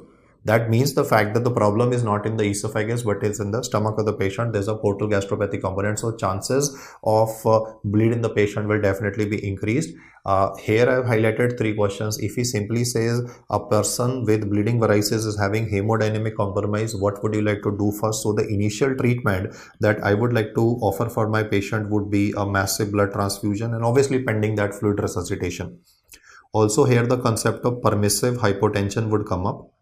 I would not like to increase the blood pressure of this patient back to 120/80 because that is gonna cause even more bleeding. So my objective would be to increase the blood pressure of this patient to something in the range of 90/60 so that I'm having adequate perfusion of the vital organs in the body. But at the same time, I am not having development of features of hypovolemic shock, and especially metabolic acidosis, lactic acidosis can be prevented. There are 2 aspects which are important from overall in the slide. One, they can simply talk about the prophylactic part, or they can talk about active intervention that would be done in a patient who's having bleeding esophageal varices. And if it is recurrent, then you obviously need to consider portal gastropathy as well. Let us also evaluate the strategy which would be useful for patients of recurrent variceal bleeding. One possibility is that the problem is still in the esophagus. There might be some veins which have now become engorged because you have done already a endoscopic variceal ligation. There's a possibility that the original veins that were present were taken care of, but now new veins have developed which are grossly dilated and can rupture. So we can repeat endoscopic variceal ligation. If there is a control of bleeding with this particular step, then the discussion will get divided into 2 parts. One would be that you will be doing a child pug staging of the patient. Let me say the child belongs to child pug classification class A. That means he's having compensated cirrhosis. Second scenario is that the person is having decompensated cirrhosis, that would be class B or class C. Then the approach that we will be answering in the question will vary. On the left hand side, if the patient is child class A, your first answer would be that you would plan a peritoneovenous shunt in the patient, because see, after all, it's a recurrent variceal bleed. I told you the concept behind it. One is that the problem in the esophagus has not been fixed properly, which you can definitely manage. But if you have fixed the problem in the esophagus, then and the blood is still coming, that means the problem is in the stomach. There's a portal gastropathy component, and to treat a portal gastropathy does not make sense to put on multiple, sclerosing agent injections multiple sites in the stomach. It rather makes sense to go in for peritoneovenous shunting so that you decrease the portal vein pressure, because that's the root of evil. As a result of it, you can plan a surgical shunt which will be advantageous, and if person is not willing for it, then TIPS procedure can be done. But on the right hand side, if it is a decompensated cirrhosis, we obviously need to do a transplant evaluation right away, because I have explained to you the fact that if the child pug score is more than 7, then person has to be given priority for listing for orthoptic liver transplantation. But along with this, at this point of time, I would straight away like to go in for TIPS in this particular case. And in both the cases, ultimately, I mean, orthoptic liver transplantation is a requirement in both the scenarios. But the difference between the two is that initially, if it's a person who's having a portal gastropathy, but he's still having child pug score A, as mathematically he falls into this class, then it's a surgical shunt that would be recommended. Whereas on the right hand side, if he's already decompensated, it is TIPS procedure that should be the preferred one in the patient, along with obviously a plan for doing a liver transplantation in the subsequent coming months. We shall now be focusing on another aspect of portal hypertension, that is development of ascites. I had explained to you that early to develop would be a splenomegaly, then there would be ascites, which will take time to develop because fluid obviously takes its time to accumulate. And therefore, the query here would be that do you have peritoneal fluid present? Like we are aware of pleural fluid, normal amount, right? Or we are aware of pericardial fluid, but I'm asking you here, how much is the normal peritoneal fluid with respect to a healthy adult male? The answer would be 0 ml, nil is present in peritoneal cavity of a male. Similarly, in female, nil is present, but they have documented that if it is mid-cycle, when she has her ovulation, when there would be Mittelschmerz occurring in a patient, that would be the time when 10 to 20 ml of fluid can be present. In contrast, you are very much familiar, and I'll just write it here before you. Pleural fluid, I have taken a separate discussion with respect to pleural effusion. The normal pleural fluid would be in the range of 5 to 15 ml. And then we also read about a technical term that is called as minimal pleural effusion. And they ask about what investigation will be useful. I agree to the fact that the radiologist will say ultrasound, but we would not like to rely on the skill of only a radiologist, because if he or she is new to the job, they might miss it. So I would like to rely on technology. So CT chest will be the first answer as per standard textbooks, followed by ultrasound.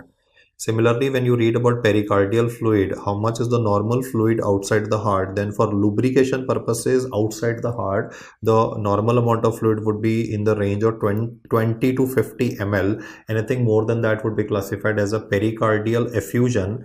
And if the question says what test would be done to identify a pericardial effusion, then in a casualty, in an emergency, you definitely can use an ultrasound because that would be readily available. But since it's primarily a cardiac problem, so echocardiography would be an answer.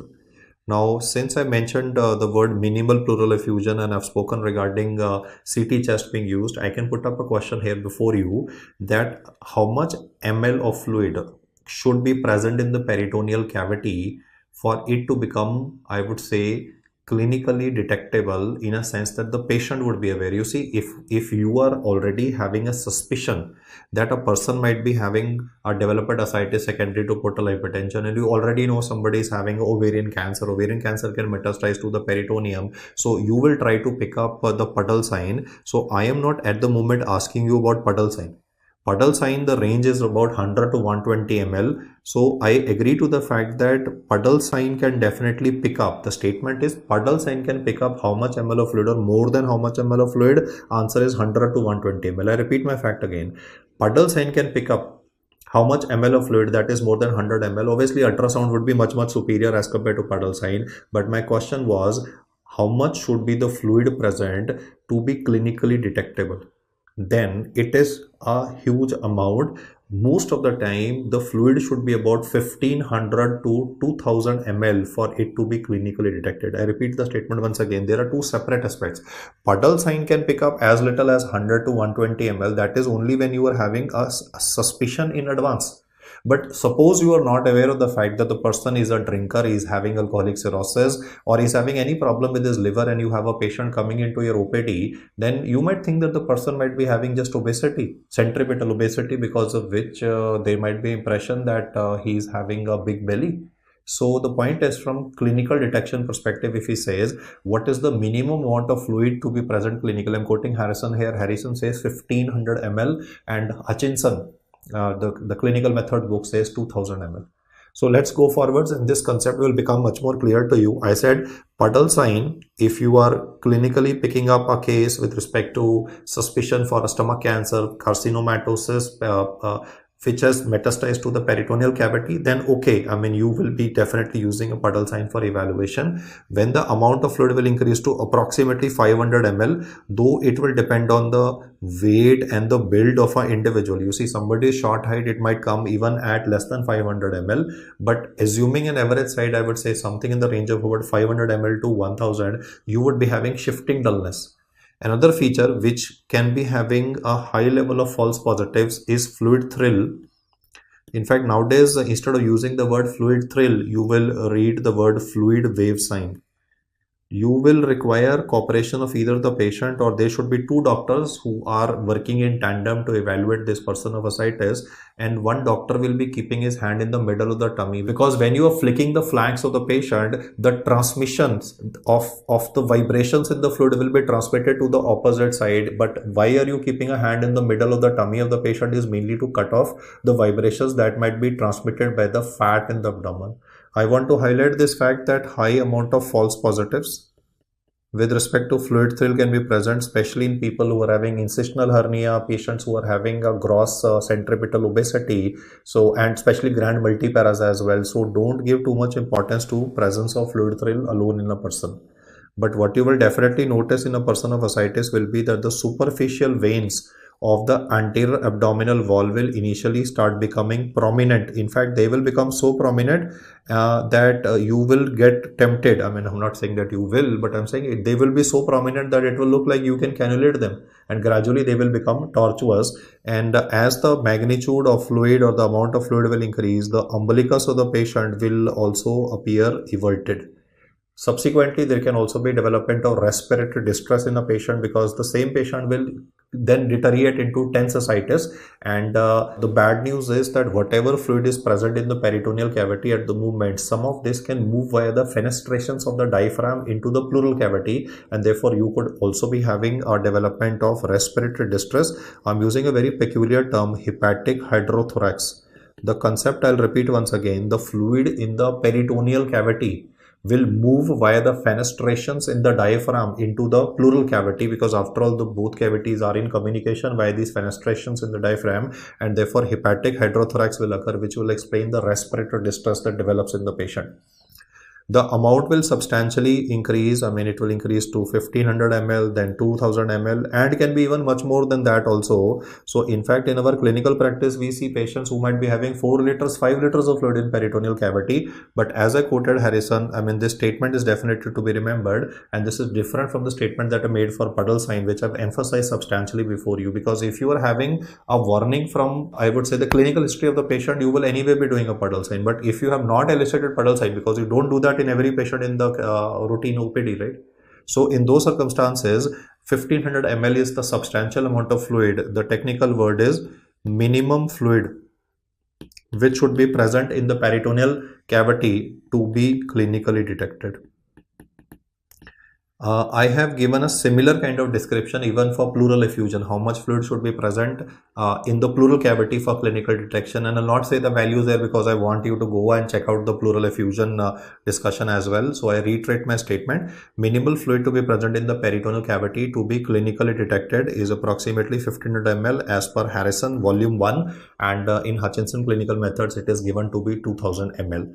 The findings that can be seen in the patient would be initially shifting dullness, then would be fluid thrill, superficial veins of the abdomen that will be very prominent, everted umbilicus, and then respiratory distress once the tense ascites component comes up. And why I'm worried about this patient is because the next part you don't need to note down, but see what is happening is, I initially said the word there would be ascites in a patient, then this will get converted into gross ascites, then this would get converted into tense ascites. That's the time when the person will start having respiratory difficulty also, because of the hepatic hydrothorax component. And if you still don't intervene, then the pressure in the peritoneal cavity will become so much that it will press on the veins, and you might even be having abdominal compartment syndrome. It's a situational worsening, no? Ascites, gross ascites, tense ascites, and then abdominal compartment syndrome. Abdominal compartment syndrome is defined as intra-abdominal hypertension. It has various stages pages that you read in surgery, but if the pressure in the peritoneal cavity due to the fluid accumulated is more than 25, though there are a lot of causes of abdominal compartment syndrome, if the pressure due to ascitic fluid, the tense ascites is contributing to pressure more than 25, it will compromise the venous flow in the intestines or to the intestines itself. So because of the fact that there will be a progressive deterioration like this, that is why I need to intervene. I need to go in for interventions for management of this patient. So on the subsequent slide, we're going to study that what are the interventions that would be done for management of these patients of ascites. And the first and the foremost would anyway be a salt restricted diet, because already this patient is having hyperaldosteronism. So already there is more salt in the body. So I would recommend the patient to restrict the amount of salt and then put him on diuretics so that I can cause diuresis and reduce the pedal edema component plus ascites component. The diuretic that will be commonly used will be spironolactone, and along with that a loop diuretic, furosemide can also be used.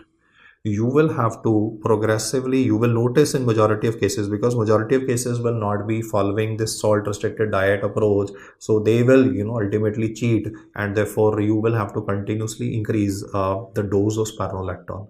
In the exam he has said what is the maximum dose of spironolactone that you can give to this patient. So it's a huge 400 milligram. Similarly, the maximum amount of furosemide that is being talked about for this patient is not 40 or 80 milligram, but it's a huge 160 milligrams. So I have maxed out on the dose of the two diuretics, but in spite of that, the ascites in the patient is present.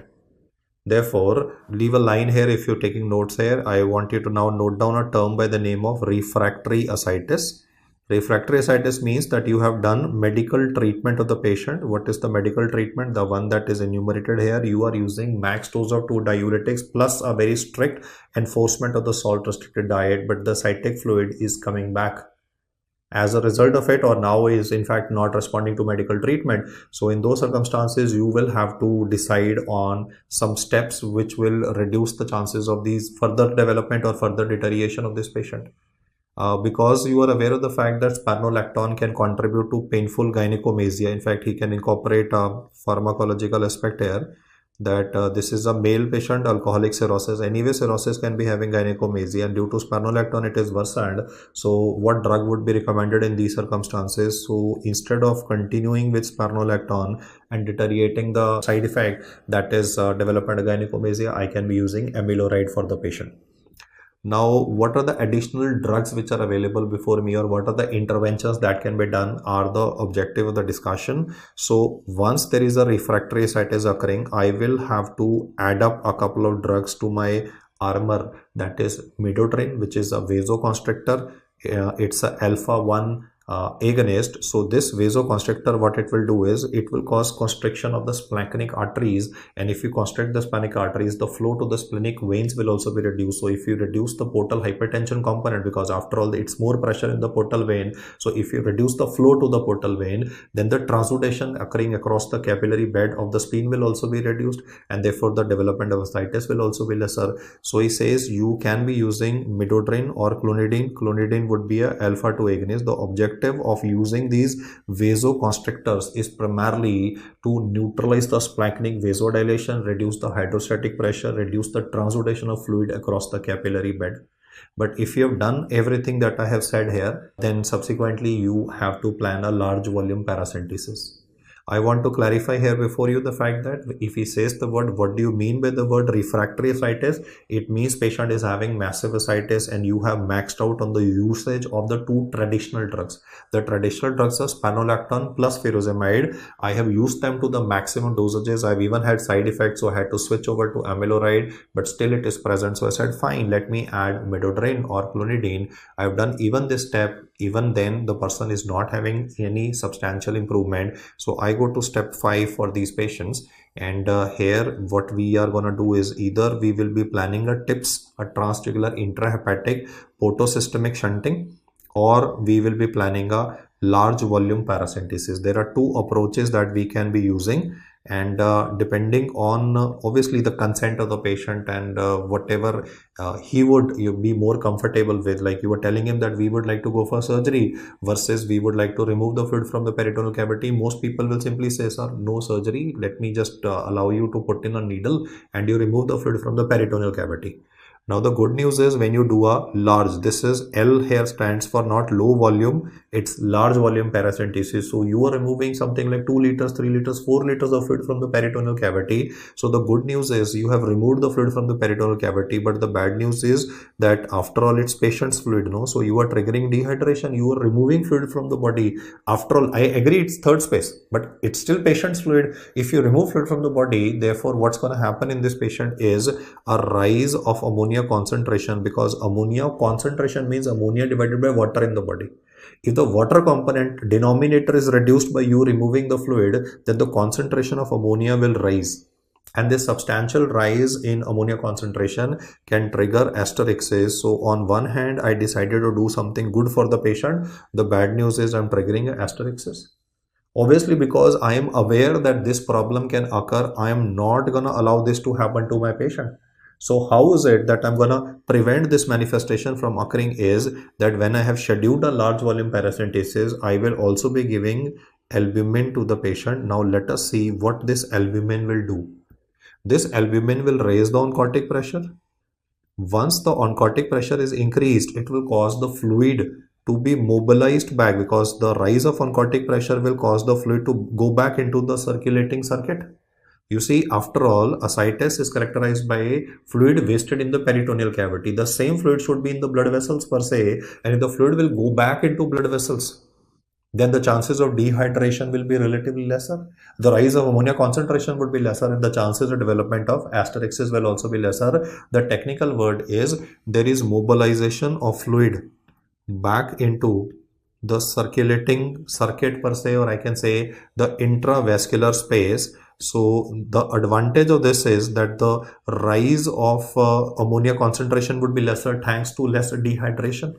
Always take care in the exam that you never answer large volume paracentesis alone. It has to be large volume paracentesis plus usage of albumin. When it comes to tips, let's see what Harrison says. Harrison says that this procedure is superior to prevent reaccumulation of fluid in the peritoneal cavity. Now let us take up a patient in whom the presentation is very late. Then there would be substantial fibrosis in the liver requiring a liver transplantation. So ideally, obviously, if the person had undergone a liver transplantation, we would not have been discussing it. But since the person has presented to us very late, there are two options that I can practice. Either I can go in for recurrent taps in the patient, or I can go for tips. Tips is definitely superior to prevent the reaccumulation, but there is again a side effect, that is development of hepatic encephalopathy, because you would be shunting the portal blood into the systemic circuit. So side effect of hepatic encephalopathy, though I have said the side effect of hepatic encephalopathy with both of them, but on the left side you are definitely minimizing the chances of development of this. I'll just put a cross over this to say that I am trying to minimize the chances of it by giving albumin. So it depends on case to case basis. I mean, and obviously the consent of the family and the patients also has to be taken into consideration, because some people will be more comfortable with LVP, some people will be more comfortable with tips. The question that would be now coming in your mind will be what the patient's relatives are also asking me. Patient is asking me, sir, which is gonna cause a better reduction in mortality? Then studies have shown that in head-to-head comparison, the mortality reduction with LVP with albumin is equal to the reduction in mortality with tips. So I'm not saying that one procedure is superior to another with respect to mortality. Reduction in the chances of death, both of them are going to cause an equal reduction in the chances of death, depends on the convenience of the patient. But I will explain to the patient that obviously if you are agreeing for large volume paracentesis on a recurrent basis, the risk of hepatic enceph is there. We'll try to neutralize it, but we can't guarantee. And obviously the emotional trauma of coming to the hospital again and again. Lots of people might say, no, sir, I cannot come to the hospital every time I develop this problem again and again. I'm fed up of coming to the hospital. Give me a permanent solution. So I'll say, okay, permanent solution for you steps. So we need to do proper counseling to explain to the patient's relative that mortality reduction is same, and we can choose either of the two modalities to manage a patient of refractory ascites. Now, a very important concept that I'm highlighting is, and that's important for you also from the exam perspective, because in the earlier phase of the discussion, I was saying beta blockers are recommended in non-bleeding esophageal varices. I stand by that statement. In the early part, when the person is having non-bleeding varices, right, compensated, if a person is having non-bleeding varices, if I start propranolol, nadolol, it will reduce the chances of rupture of these veins, and therefore the chances of bleeding will definitely be minimized. But once the patient has gone into compensated cirrhosis and there is a ascites, because when I showed the table before you, you will notice, and I'll just show that the table before you once again. This is the table that I'm talking about. You see, if a person is coming to you in early part of the disease, you are giving beta blockers, fine, because you want to prevent the non-bleeding to getting converted into a bleeding varices. But the message is, once ascites is developing in the patient, and that too a refractory ascites, then if you continue with beta blockers, it will increase mortality. Looks very surprising, looks very confusing. You will say, sir, on one hand you were praising the beta blockers, you were saying beta blockers are the ultimate treatment for non-bleeding varices. What can be better than that? I mean, a person will also say, sir, earlier you were telling me that you can go for endoscopic varicose ligation. No, sir, I don't want to go for any intervention. You prescribed me a drug. Now you are telling me that because I have deteriorated, beta blockers can increase the mortality. Yes, guys, this is true. Studies have documented this fact. Beta blockers, if a person has gone into compensated cirrhosis, refractory ascites, they actually contribute to worsening of mortality. So you have to be very, very judicious at what point of the illness, what medicine is to be started. In cirrhosis, it's very particular with respect to in which stage are you handling the patient. Is it compensated or decompensated? And that's the basic logic of this entire discussion. Decompensated means portal hypertension. It means ascites occurring in a patient. It means bleeding varices occurring in a patient. Then don't give beta blockers. But if it is compensated, initially there are big varices but they're not popped off, yes, you can be using beta blockers. So I hope this basic concept is very clear. They are to be used in early phase of the disease, but in the later phase of the disease, they have been documented to contribute to an increase of mortality. So now we come to another very important aspect of ascitic fluid evaluation, because you see, whenever we are talking about pleural fluid, we talk about transudative versus the exudative variety. But whenever we talk about ascites per se, we always calculate what is called as SAG. So I will talk about the procedural aspects of paracentesis as we progress, but at the moment I will first try to focus on what they love to ask in the exam, that is serum albumin ascites gradient. It simply means the fact that you will be subtracting from the serum albumin the albumin which is present in the ascitic fluid. I repeat once again, what you are going to do is you will take the serum albumin values, and from that you will subtract whatever albumin is present in the peritoneal fluid of the patient. If you find that this mathematical value is more than 1.1 gram per deciliter, it basically means that there is an increase of hydrostatic pressure which is contributing to development of, I'll just put alphabet H here to highlight, hydrostatic pressure is increased. So there is a development of ascitic fluid in the peritoneal cavity, which essentially means there is portal hypertension occurring in the patient. Now, what they do in multiple choice questions is, just to create trouble for you, he will incorporate two subcategories here. What I'm talking about at the moment is the transudative aspect of ascites, where there's an increase of portal venous pressure. But now we are talking about amount of protein present in the ascitic fluid. There can be two subdivisions in this case, less than 2.5 and more than 2.5, and I will first focus on when would you be having SAG more than 1.1, that is portal hypertension definitely coming up in the patient, but there would be more albumin present in the peritoneal cavity, that is to the tune of 2.5 grams or even more. Well, the message is, if a person is having congestive heart failure, then this congestion will be transmitted in backward direction even to the hepatic sinusoids, and albumin is a low molecular weight protein, so it can get filtered across the sinusoids and will accumulate in the peritoneal cavity. Please don't be under impression that exudative means more albumin. Exudative means more globulin.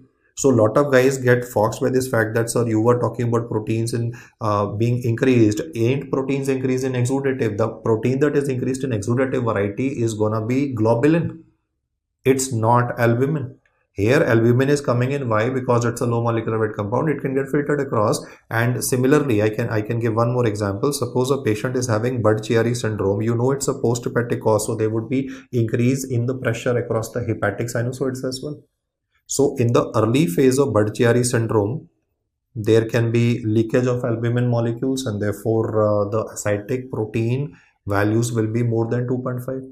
Similarly, if a person is having inferior vena cava obstruction, then same as Budd-Chiari syndrome, IVC can be involved. If there's a IVC obstruction due to any hypercoagulable state, the backward pressure will contribute to more leakage of fluid across the sinusoids.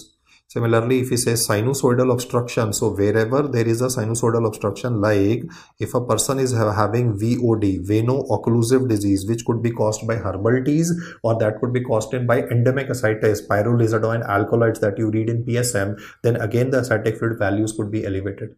But when would you be having the values to be less than 2.5? When the hepatic sinusoids are having fibrosis, so the protein will not be able to leak. So therefore cirrhosis is a condition in which SAG is more than 1.1. Cirrhosis is a condition in which SAG is more than 1.1, but the amount of protein in the peritoneal cavity is lesser. Why? Because liver is not producing proteins in the very first place, plus there is a scarring component present, so the fluid will not be able to move across. Similarly, in a patient of late Budd-Chiari syndrome, because this is something that a lot of guys are not able to understand. You see, early part, well, there is no fibrosis. Late part of Budd-Chiari syndrome, there will be fibrosis component. So again, there will be impediment to the transport of protein. If the liver is damaged either due to cirrhosis or by massive liver mets. Now liver mets could be due to breast cancer, these mets could be due to colorectal cancer, but because the liver is damaged, it's a scarred tissue. As a result of it, the transudation of albumin will be compromised. The message here is that the left side of the discussion is all about increase in the hydrostatic pressure. The left side is mainly talking about portal hypertension. If he says portal hypertension, what happens to SAG values? The answer of yours will be given as SAG values more than 1.1. On the right hand side, whenever the serum albumin ascites gradient is less than 1.1 gram per deciliter, it means we are talking about the exudative variety. Now when I say about exudative variety, we can be using a mnemonic here that will make our life relatively easier, though I'm not a very big fan of mnemonics, but yeah, at the moment, first time when we're reading it, we should try and make an attempt to remember. So alphabet B here would stand or will talk about bilic. Alphabet N would talk about nephrotic syndrome. Now listen to my next point very carefully. Nephrotic syndrome technically will be an example of a transudative variety of pleural effusion. I repeat once again, nephrotic can have a pleural effusion, no, and I have classified in pleural effusion transudative variety. So the usual query of most of the guys is, sir, that nephrotic syndrome is the condition in which you said it is transudative variety of pleural effusion. Then why in ascites have you placed it on the right hand side? See, in nephrotic syndrome, what will happen is, I told you about a gradient. The gradient is serum albumin minus albumin, which is present in the ascitic fluid as well. What happens is that in nephrotic syndrome, both of these values are very substantially reduced. Serum albumin also gets substantially reduced, albumin in the ascitic fluid, because after all, it's lost in the urine, no? So if both of these values get reduced, then mathematically speaking, either the value can remain normal, or it might even turn out to be lesser. So nephrotic syndrome is usually asked in the exam because the thought process of ours is this is transudative, it has to fit onto the left hand side, but it does not because of the mathematical reasons I said. Albumin and albumin ascitic fluid both are lesser because both are kicked out. The subsequent cause that I'm writing is easier for most people to pick up. So I can say that after cirrhosis, which is overall the leading cause for development of ascites in a patient, you will notice the next important cause to be peritoneal carcinomatosis. The reasons for this peritoneal carcinomatosis will be manifold. I'll enumerate them before you. And most of the time in these patients, we will have to do a recurrent paracentesis in the patient, primarily because respiratory distress would come up multiple times. And alphabet T is to be remembered for tuberculosis. That's again a relatively easy one. In tuberculosis, there would be, I am here talking about mainly disseminated tuberculosis. So there can be tubercles which are contributing to exudation of fluid, and this Exudative fluid will be rich in the globulin component. It will be rich in I would say the fibrin component, and therefore it will usually clot on standing as well. For peritoneal carcinomatosis, there can be multiple reasons, so we can just enumerate the important ones here. One of them can be related to asbestos, that is mesothelioma, then could be sarcoma.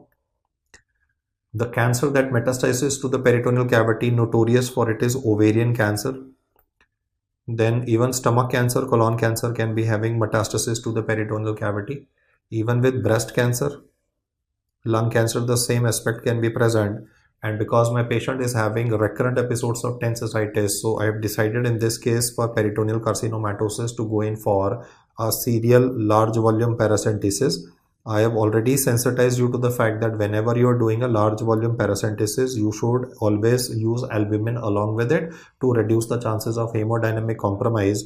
But these patients should definitely be taught about shunt surgery. One of the shunt surgery that can be done for these patients is peritoneovenous shunting.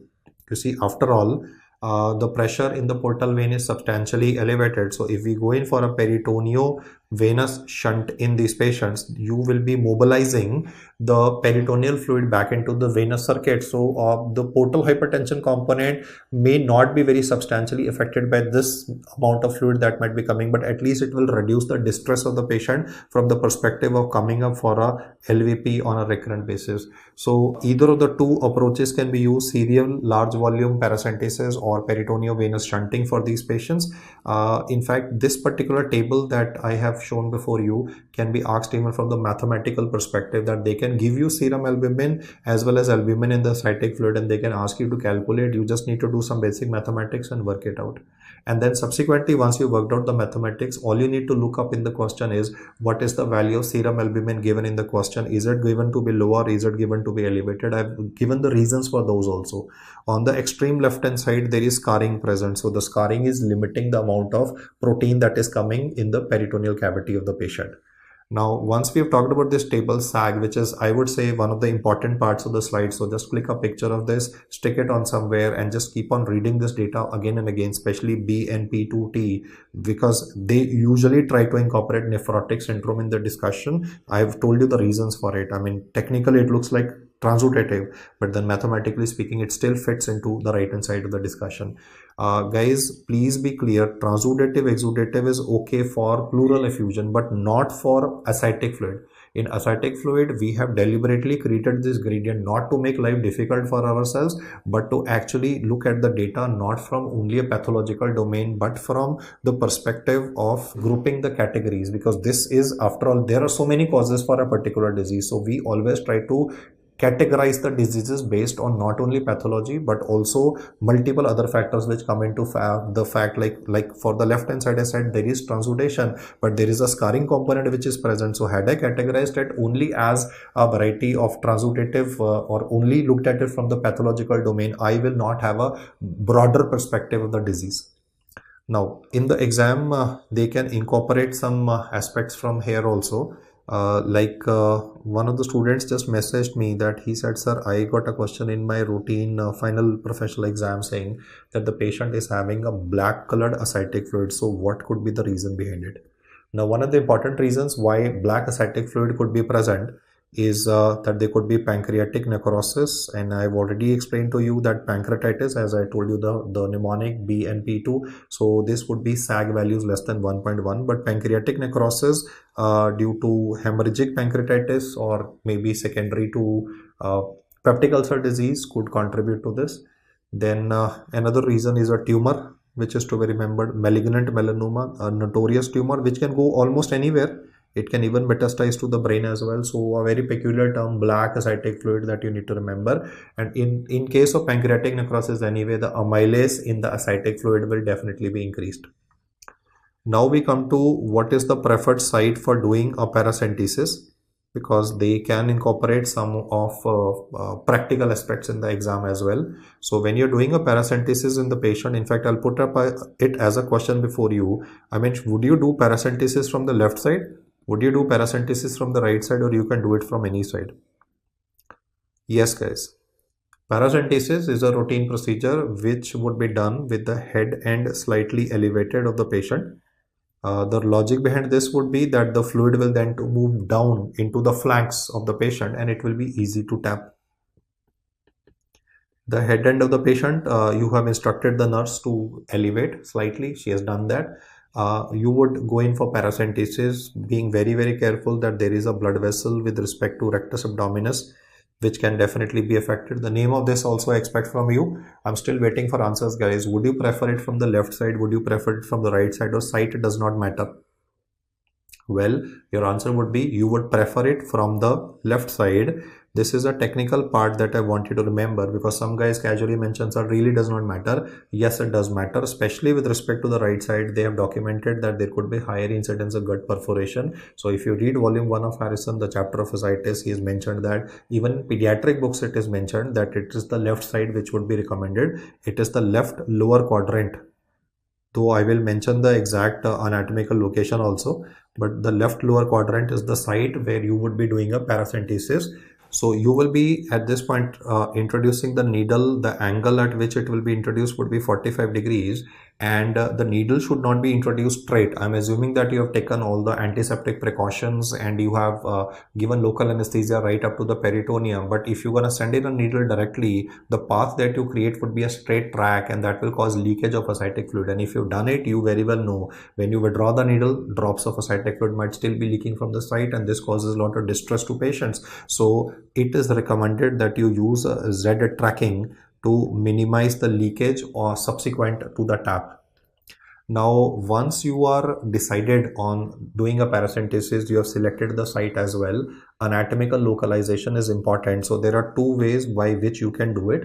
One method would be that you can do it 2 centimeter below the umbilicus. So I'll just zoom it in, just to highlight that I'm going approxy about 2 centimeter sub-umbilical, and this could be the site right in the midline. Xenia alba is the one that I am trying to go through, because this is relatively avascular and I also want to avoid trauma to this blood vessel. Yes, guys, I was still thinking that you would have by this point of time mentally blurted out the answer to the query that I put up. What blood vessel can be traumatized here? So it would be the inferior epigastric artery, which runs on the lateral border of the rectus abdominis muscle. So either you have to be medial to it or you have to be lateral to it. And when I say lateral to it, I can just put up an anatomical landmark here. That would be the anterior superior iliac spine of the patient, ASIS. So the textbook says that you can be going superomedial. How much superomedial? Approximately about 4 centimeters. So another site that I can mark here before you would be lateral in the flanks. I have put it on the left side, though you can do it. It's not that you can't do it from the right side, but he says preferably you have to do it at least on the left hand side, and I said about 4 centimeters superomedially from the anterior superior iliac spine is the site where you can do a paracentesis to minimize the trauma to the inferior epigastric artery. At this juncture, once you take the fluid, you always have to ensure that you send it to the laboratory for microscopic examination, because you want to check out for the presence of neutrophils. If the neutrophil count is more than 250 and you document E. coli present, then it usually signifies it is spontaneous bacterial peritonitis. But if it is going to be secondary peritonitis, remember, secondary peritonitis, that implies that there would be polymicrobial flora present. More than 2 flora if present, you would call it polymicrobial and a presence of secondary peritonitis. I'll in fact write down this data before you so that you can remember the important aspects. I said whatever is the fluid that you are obtaining at this juncture, I said either of the two sides, subxiphoid or the left flank of the person, 4 centimeters superomedial to ASIS. You have to send it for microscopic examination. Cytology must always be done, especially if you want to pick up chances of malignancy in a person. Gram stain and culture will be done. Reports will be available subsequently, but our objective is to pick up, is it SBP or is it gonna be secondary peritonitis? And why SBP is important is because spontaneous bacterial peritonitis patients have a high incidence or development of hepatorenal syndrome. We can also check for the sugar and the protein. If it is secondary peritonitis, then sugar will be dramatically reduced. We'll also check for the protein values, which anyway are important for calculation of the serum albumin ascites gradient. What he did in the exam was, because he knows that you will be able to answer for spontaneous bacterial peritonitis, he deliberately asked if a person is having paracentesis finding. I mean, he specifically mentioned or asked about paracentesis findings of secondary peritonitis. Then the sugar values in this particular case will be substantially low. LDH values looks very surprising because I'm not teaching you Light's criteria. I'm not talking about pleural fluid, no, but I'm still talking about LDH. And when I was describing the initial, I would say, cytic tab to be sent to the lab, I did not talk about LDH values because we routinely don't send them. But if you're suspecting secondary peritonitis, you have to evaluate even the LDH values. Then apart from this, if he mentions regarding the ascitic fluid of the patient having elevated amylase or grossly elevated amylase in 1000 international units per deciliter, you have to think in terms of pancreatic etiology in the patient. The color will also matter, like he might write colors like dark brown, or he might mention regarding black. I've already taught you about the black ascitic fluid. Black ascitic fluid would be seen with pancreatic etiology, that would be pancreatic necrosis. This could be secondary to peptic ulcer disease in a patient. But if it is dark brown ascitic fluid, very shocking, but then again something which one should try and remember, dark brown ascitic fluid that could be found with respect to biliary tract perforation. I have deviated slightly from the norm. I mean, my objective was primarily to talk about portal hypertension, but these allied aspects that I've spoken before you, because they've been asked in exams, so I thought I'll just dedicate some time to this. And whenever you're doing a liver biopsy, you should always be having coagulogram as close to normal as possible. But when you are doing a paracentesis, can you do a paracentesis in a person in whom coagulogram is deranged? Then the answer is yes. I want you to remember the fact that coagulopathy is a relative contraindication, because if a person is requiring paracentesis, a large volume paracentesis for tense ascites, it's causing severe respiratory distress, it is causing possibility of this person developing spontaneous bacterial peritonitis and hepatorenal syndrome. Then to save the life of the patient, you can be doing paracentesis even if the person is having a coagulopathy. Max it will cause an abdominal wall hematoma. But if you compare abdominal wall hematoma versus spontaneous bacterial peritonitis, which is due to transmigration of bacteria across into the peritoneal cavity, so the fluid will become infected. I mean, if I have to select between abdominal wall hematoma versus pus in the peritoneal cavity, I repeat once again, I said somebody is having a deranged prothrombin time, I did a paracentesis. On one side, I have an abdominal wall hematoma. On the other side, I have the risk of, if I don't intervene, a development of E. coli migrating into the peritoneal fluid and causing pus in the peritoneal fluid, causing cirrhosis, causing sepsis, causing septic shock. I would be preferring abdominal wall hematoma over the chances of a patient deteriorating dramatically into development of sepsis or septic shock as well. So I will describe spontaneous bacterial peritonitis, which is another complication of cirrhosis subsequently. But at the moment, I just wanted to talk about some procedural aspects related to paracentesis, some of the findings that you find with respect to paracentesis, and why the left side is preferred. They say it's much more convenient and the chances of gut perforation is relatively reduced. Ideally, always do paracentesis ultrasound guided, because you might be ending up perforating the bowel, though studies they have shown that if you advance the needle very slowly, then when the needle goes, it tends to push away the bowel. The textbook says the bowel tends to float away from the advancing edge of the needle, so the chances of perf are substantially reduced. But then once you suck back, right, then the bubble might be sucked into the lumen, because you're using a 18G needle. So you might be having initially omentum and some part of the gut that might be sucked into the bevel of the needle as well, and there might be a substantial perforation. So the technical aspects that I've highlighted here are definitely an additional aspect over the aspect of portal hypertension. That is the primary objective of the discussion. But because these aspects have been asked, so I have tried to make the discussion as broad as possible. And now I'll describe another complication of portal hypertension, that is spontaneous bacterial peritonitis. This is a patient who's having refractory ascites. He was having breathing difficulty, grossly malnourished individual with alcoholic liver disease. Decompensation has already occurred.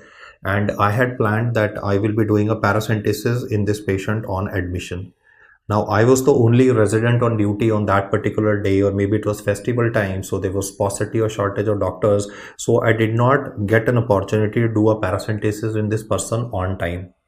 Harrison states the fact that spontaneous bacterial peritonitis complication can be prevented by performing a paracentesis in a patient or refractory ascites. I'm talking about therapeutic one because he's having breathing difficulty as well within 12 hours of admission. Now, what is so special about doing it early? I mean, why not we do it after 24 hours? Then the problem is that the bacteria in the gut, especially E. coli, can exhibit a transmigration or a translocation. The way I have drawn the diagram, it is looking as if there is a rent or a tear in the intestine and the bacteria is migrating, but that is not the case. What I am saying is there is transmigration of E. coli via the edematous bowel wall, but it is not moving directly into the peritoneal cavity via the intact bowel wall. The bacteria is moving on to the lymph nodes, and from the lymph nodes it then gets disseminated to the peritoneal fluid, and that's when the neutrophils will come in. Because of the bacteria, there would be pus production, and the bad news is that this is the disaster in making, because pus in the peritoneal cavity implies peritonitis. To differentiate from secondary peritonitis, there is obviously gonna be a rent or a tear in the gut, and more importantly, in secondary bacterial peritonitis, there could be more than 2 bacteria. In this case, usually it's gonna be E. coli, it could be maximum of 2, but if you're finding more than 2 species of bacteria present in the peritoneal cavity on a culture, then you have to take into consideration secondary peritonitis. What we are discussing at the moment is SBP. What is the patient gonna tell me? The person who was admitted with breathing difficulty is now having high grade fever. He was not having initially nausea, vomiting, and he's also pointed out to me or to the nurse that he is experiencing a worsening of his ascites component. There might be an increase in the girth of the abdomen of this patient. I mean, he will say, when I came, the abdomen was less distended than what is right now. And if there was no encephalopathy in these patients on admission, like his sensorium was clear, he was himself talking to you, now this patient's GCS values will start falling. So there are two things that can happen. If there was a pre-existing encephalopathy, it will worsen. But if encephalopathy was not present, it can develop in these patients. So I've just put an arrow to say that because these patients are anyway decompensated, so there can be some component of encephalopathy pre-existing in the patient as well. Therefore, I have decided to perform a diagnostic tap in this individual, and as I have told you, the preferred site for diagnostic tap would be the left lower quadrant. Now, once I do a diagnostic tap with a 20 ml syringe using a 18 gauge needle, ensuring that I do not go straight because there could be leakage of peritoneal fluid through the track of the needle. When I aspirate the fluid, it is turbid, and when I saw it under microscope, I could find at least 250 neutrophils or even more per cubic millimeter. And neutrophils have no business to be in the peritoneal cavity. I will take adequate samples for culture as well. So we are gonna put up a gram stain subsequently. Culture report will take some time to come. And I told you the significance of culture report would primarily be that if you are having multiple bacteria, then you need to reconsider your diagnosis. Now in this patient, I will have to start him on antibiotics, because if I don't, he will land up in sepsis and then can go into septic shock as well. So I will be starting this chap on cefotaxime. But if he says, how would you prevent it? I have earlier told you that if you do a paracentesis in advance in these patients, usually within 12 hours of admission, considering the urgency of breathing difficulty present in this patient plus deterioration into sepsis and septic shock. But suppose I am saying the patient is far away, he may not be able to reach the hospital on time, or more importantly, in COVID-19 times, like hospitals were not taking routine admissions, and only thing that was happening was COVID-19 pneumonia that getting admitted. So what would I do on a telephonic call for this particular patient to prevent the development of SBP? I can start this patient on fluoroquinolone, norfloxacin. So there are two preventive aspects that I've said. One is obviously intervention in the form of paracentesis. Second would be to go ahead with norfloxacin, and depending on the situation, either of the two can be used. If I do not take the steps which I've just explained to you here, then this person will deteriorate into systemic inflammatory response syndrome. This would be characterized by presence of fever. The total leukocyte count will be increasing. Respiratory rate will also be increasing, and pulse rate will also be increased. Out of the 4 features that are present here, the question said how many should be at least present for diagnosis of SIRS. Then out of 4, at least 2 should be present.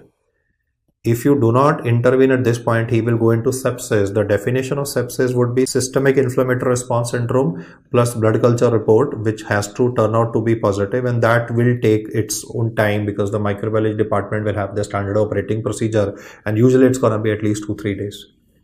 Then subsequently he can end up with development of septic shock, and septic shock will decrease the perfusion of the kidney, so it will cause acute tubular necrosis.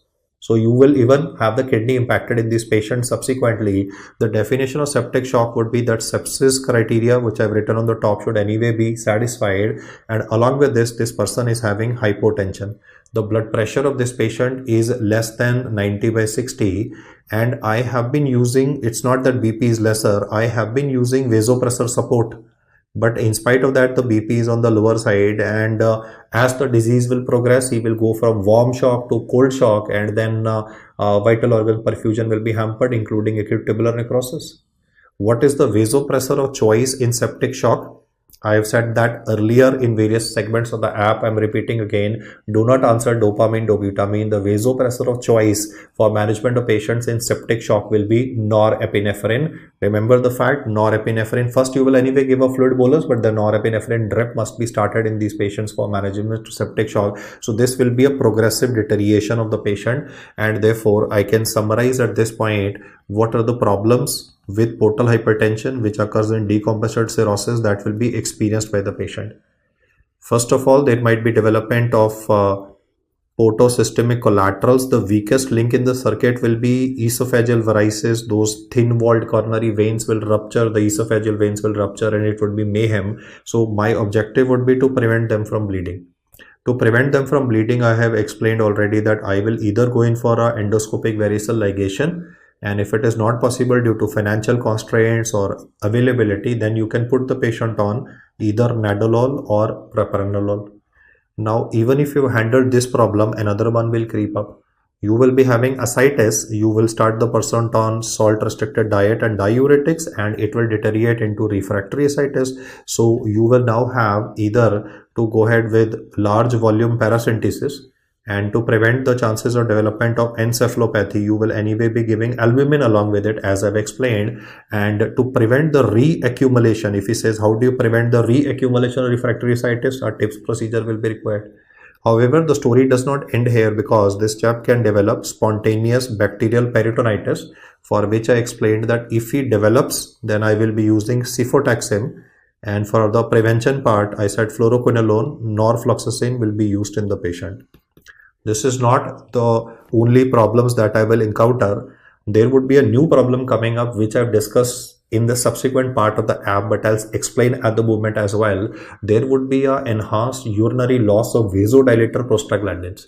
Prostaglandin E2, prostaglandin I2 are vasodilatory prostaglandins. If they're lost in the urine, there will be a renal vasoconstriction. So I'm not saying that the patient is in septic shock. Even then, is not in septic shock. Even then, because there is a urinary loss of vasodilator prostaglandins, the renal artery perfusion will be hampered, and this person will go into pre-renal variety of acute kidney injury that is called as hepatorenal syndrome. There is obviously a role of nitric oxide also, because a cirrhotic liver will anyway produce more amount of nitric oxide that will cause splanchnic vasodilation. Due to the splanchnic vasodilation, the blood supply to the kidney will again be hampered, because all the blood is moving on to the intestine, so the kidney is starved of blood or is having relatively less blood supply. Therefore, in hepatorenal syndrome, for management purposes, though there is a separate video on it, I'm just handling the treatment part here. You will be giving albumin, and you will be simultaneously using octreotide. So octreotide is not only used in bleeding esophageal varices, it is also used in hepatorenal syndrome. If not available, you can use a vasopressor by the name of midodrine as well. Another problem that will occur is because of release of nitric oxide by the damaged liver. This nitric oxide will not only cause splanchnic blood vessel dilation, but even contribute to pulmonary blood vessel dilatation. And if you have pulmonary blood vessel dilatation, then the problem is, one, that if the blood vessels are dilated, especially around the alveoli, the RBCs will rush through these dilated blood vessels and they may not get oxygenated. You see, you have a particular caliber of blood vessels across which the diffusion is occurring. If the diameter of the blood vessel is increased, then the distance of this blood vessel, or let us say the middle part of the blood blood vessel from the alveolar end, that distance is increased. So oxygen may not be able to diffuse that distance, and as a result of it, the RBC may not get oxygenated. You will have a desaturation in the patient. The SpO2 of the patient will begin to fall. A very peculiar statement has said, the development of hepatopulmonary syndrome. This is again covered subsequently in the app, but I'll highlight the fact here that it is nitric oxide which is the culprit here, which is dilating the pulmonary vessels. The first impression of any doctor will be, if you dilate pulmonary vessels, what's the problem? It will cause more blood flow, agreed. But those dilated blood vessels will also exert pressure on the adjacent lung tissue.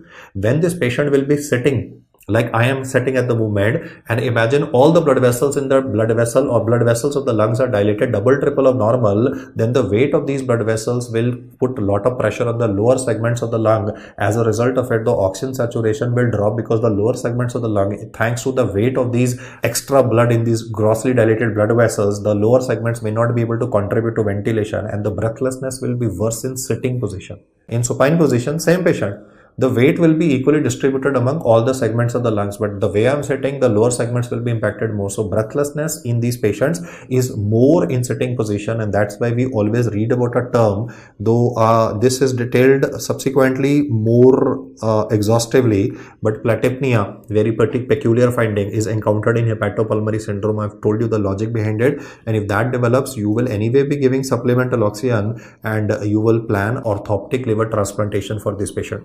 Because all the clotting factors are produced in the liver except factor 8. I repeat the fact, all clotting factors are produced in the liver except factor 8. So they can be bleeding also. And because of this bleeding, not only am I risking this patient's life because he could be having internal GI bleeding ending up into hypovolemic shock, but let us just assume this is representation of the GI tract and he's having internal GI bleeding. This is gonna be, I would say, Diwali time for the bacterial flora, because you see, blood is a very good culture medium.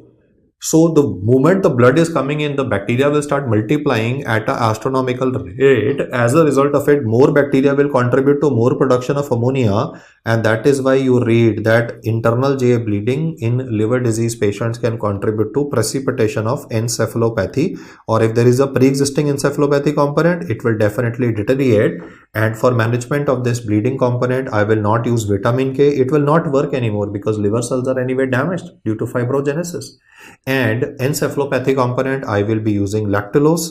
I want 2 to 3 loose stools in the patient every day. It's going to be a messy affair. Why? Because I want to reduce the floral count in the GI tract. Apart from this, I can also use antimicrobials, that is rifaximin, the one that we use in traveler's diarrhea, or we can also use neomycin. These are bacteriostatic antibiotics. These bacteriostatic antibiotics will prevent the multiplication of this flora, and therefore the ammonia production can be, or nitrogenous production can be kept under check. So if you look at this slide, it's all full of red data to highlight that once a patient goes into decompensated cirrhosis, I would highlight 2 important slides of this entire discussion: compensated cirrhosis versus decompensated cirrhosis. You can see a marked difference in the interventions that are required in this case, and it's not that one complication will occur then another one will occur. It could be simultaneously also. A refractory ascites patient could be having internal GI bleeding, and then there's a development of encephalopathy. So from a physician's perspective, you can very well see that you will have to take multi-pronged steps to save the life of this patient, and all of this could have been prevented had this person agreed for an orthoptic liver transplantation in advance. And this is not the end of the story. In fact, I can just mention a few others which you don't need to note down, but they are very obvious, because in any severe prolonged illness there would be catabolic processes, so malnutrition will also occur in this patient. There would be metabolic bone disease, so either he will write osteomalacia in the textbook or he will write osteoporosis in these patients. Over and above this, hematological manifestations can also occur. In fact, out of the 3 that I'm writing at the moment, the one that is worth remembering, the remaining 2 you can forget also, is macrocytic anemia. You read about macrocytic anemia not only with hypothyroidism in internal medicine, but even with chronic liver disease and portal hypertension patients. So do remember, this that I'm describing is not a manifestation of hypersplenism. Hypersplenism will not cause macrocytic anemia. So this is an independent problem that will develop in patients who are having decompensated cirrhosis, and it must not be confused with, your notes are back in action now, start noting now this term, Zeev syndrome. Zeev syndrome is a complication that is seen with severe alcoholic hepatitis. Let us now look at what is the peripheral smear finding in this patient, and this time I'm not gonna get macrocytes, I'm not gonna have a MCV more than 100, but what I'm gonna see in this case is acanthocytes. How acanthocytes look like, that is discussed in the subsequent part of the app in hematology section. But the point is, if you read about acanthocytes per cells in a peripheral smear of alcoholic hepatitis patient, it is Zeev syndrome, and macrocytic anemia again is seen with alcoholic liver disease, which can progress into compensated and then progress into decompensated cirrhosis as well. But this difference between, you are anyway smart people, so you understand difference between the way RBC would look in a macrocyte versus the acanthocyte, and the technical terms are also having a slight variation or a difference. So these points should definitely be given it their due importance.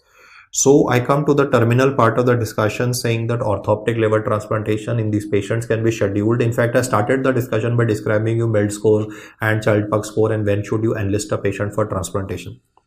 Whenever you tell a patient's relatives that, we are planning our liver transplantation, the first word of the relative is that I can't donate, I have a fatty liver, I drink every day, because they start Googling immediately and they realize that if they will say that they are hardcore alcoholics and their liver is also damaged, the doctor will spare them. But we as doctors obviously can't force anybody. This is just on the lighter vein that I'm saying that the first response of even dear family members is, oh, I drink regularly, sir, I have fatty liver, I can't donate, let's try it from, don't you have a supply doctor? That's the point that they always put up. You are aware of the fact that HLA matching is mandatory for kidney transplantation, but HLA matching is definitely not mandatory when it comes to a orthoptic liver transplantation. All you need to consider here is size and the blood group of the patient.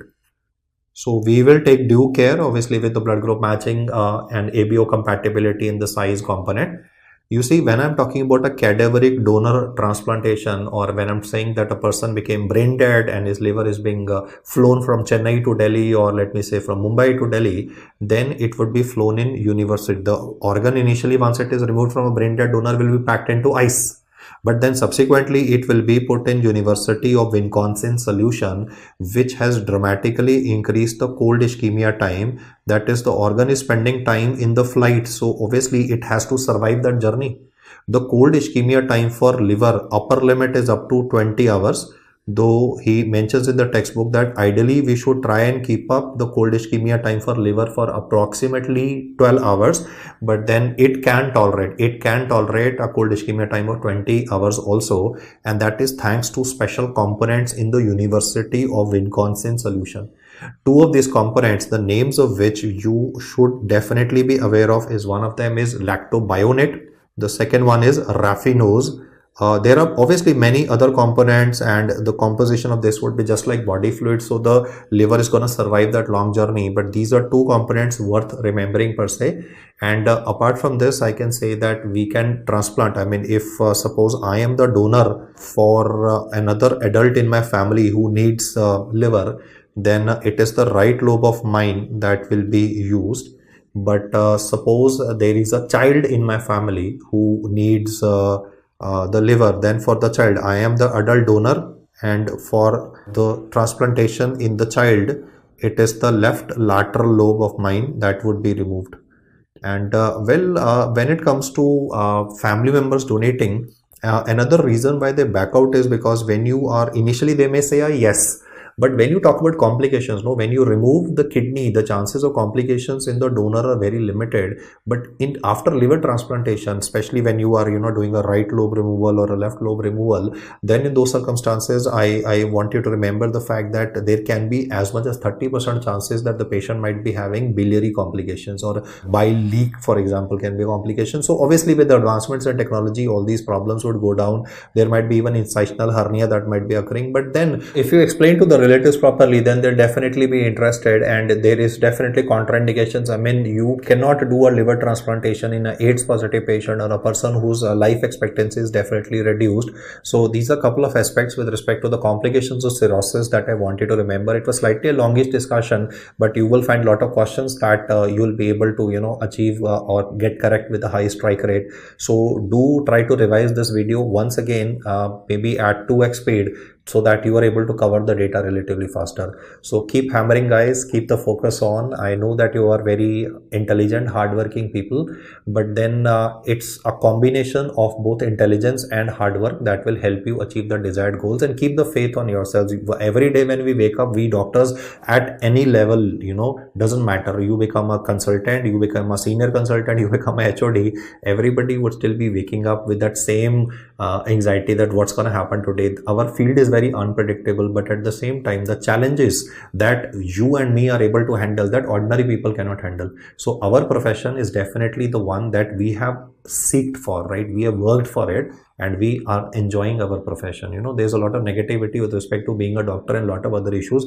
Believe me, have trust, and these problems will get sorted out. These are minor hindrances, when it comes to financial aspects or the negativity or the crowd which tends to get hostile towards doctors. All of this will definitely, I think, change one day, and people will realize the worth of what we are doing. Thank you so much for hearing.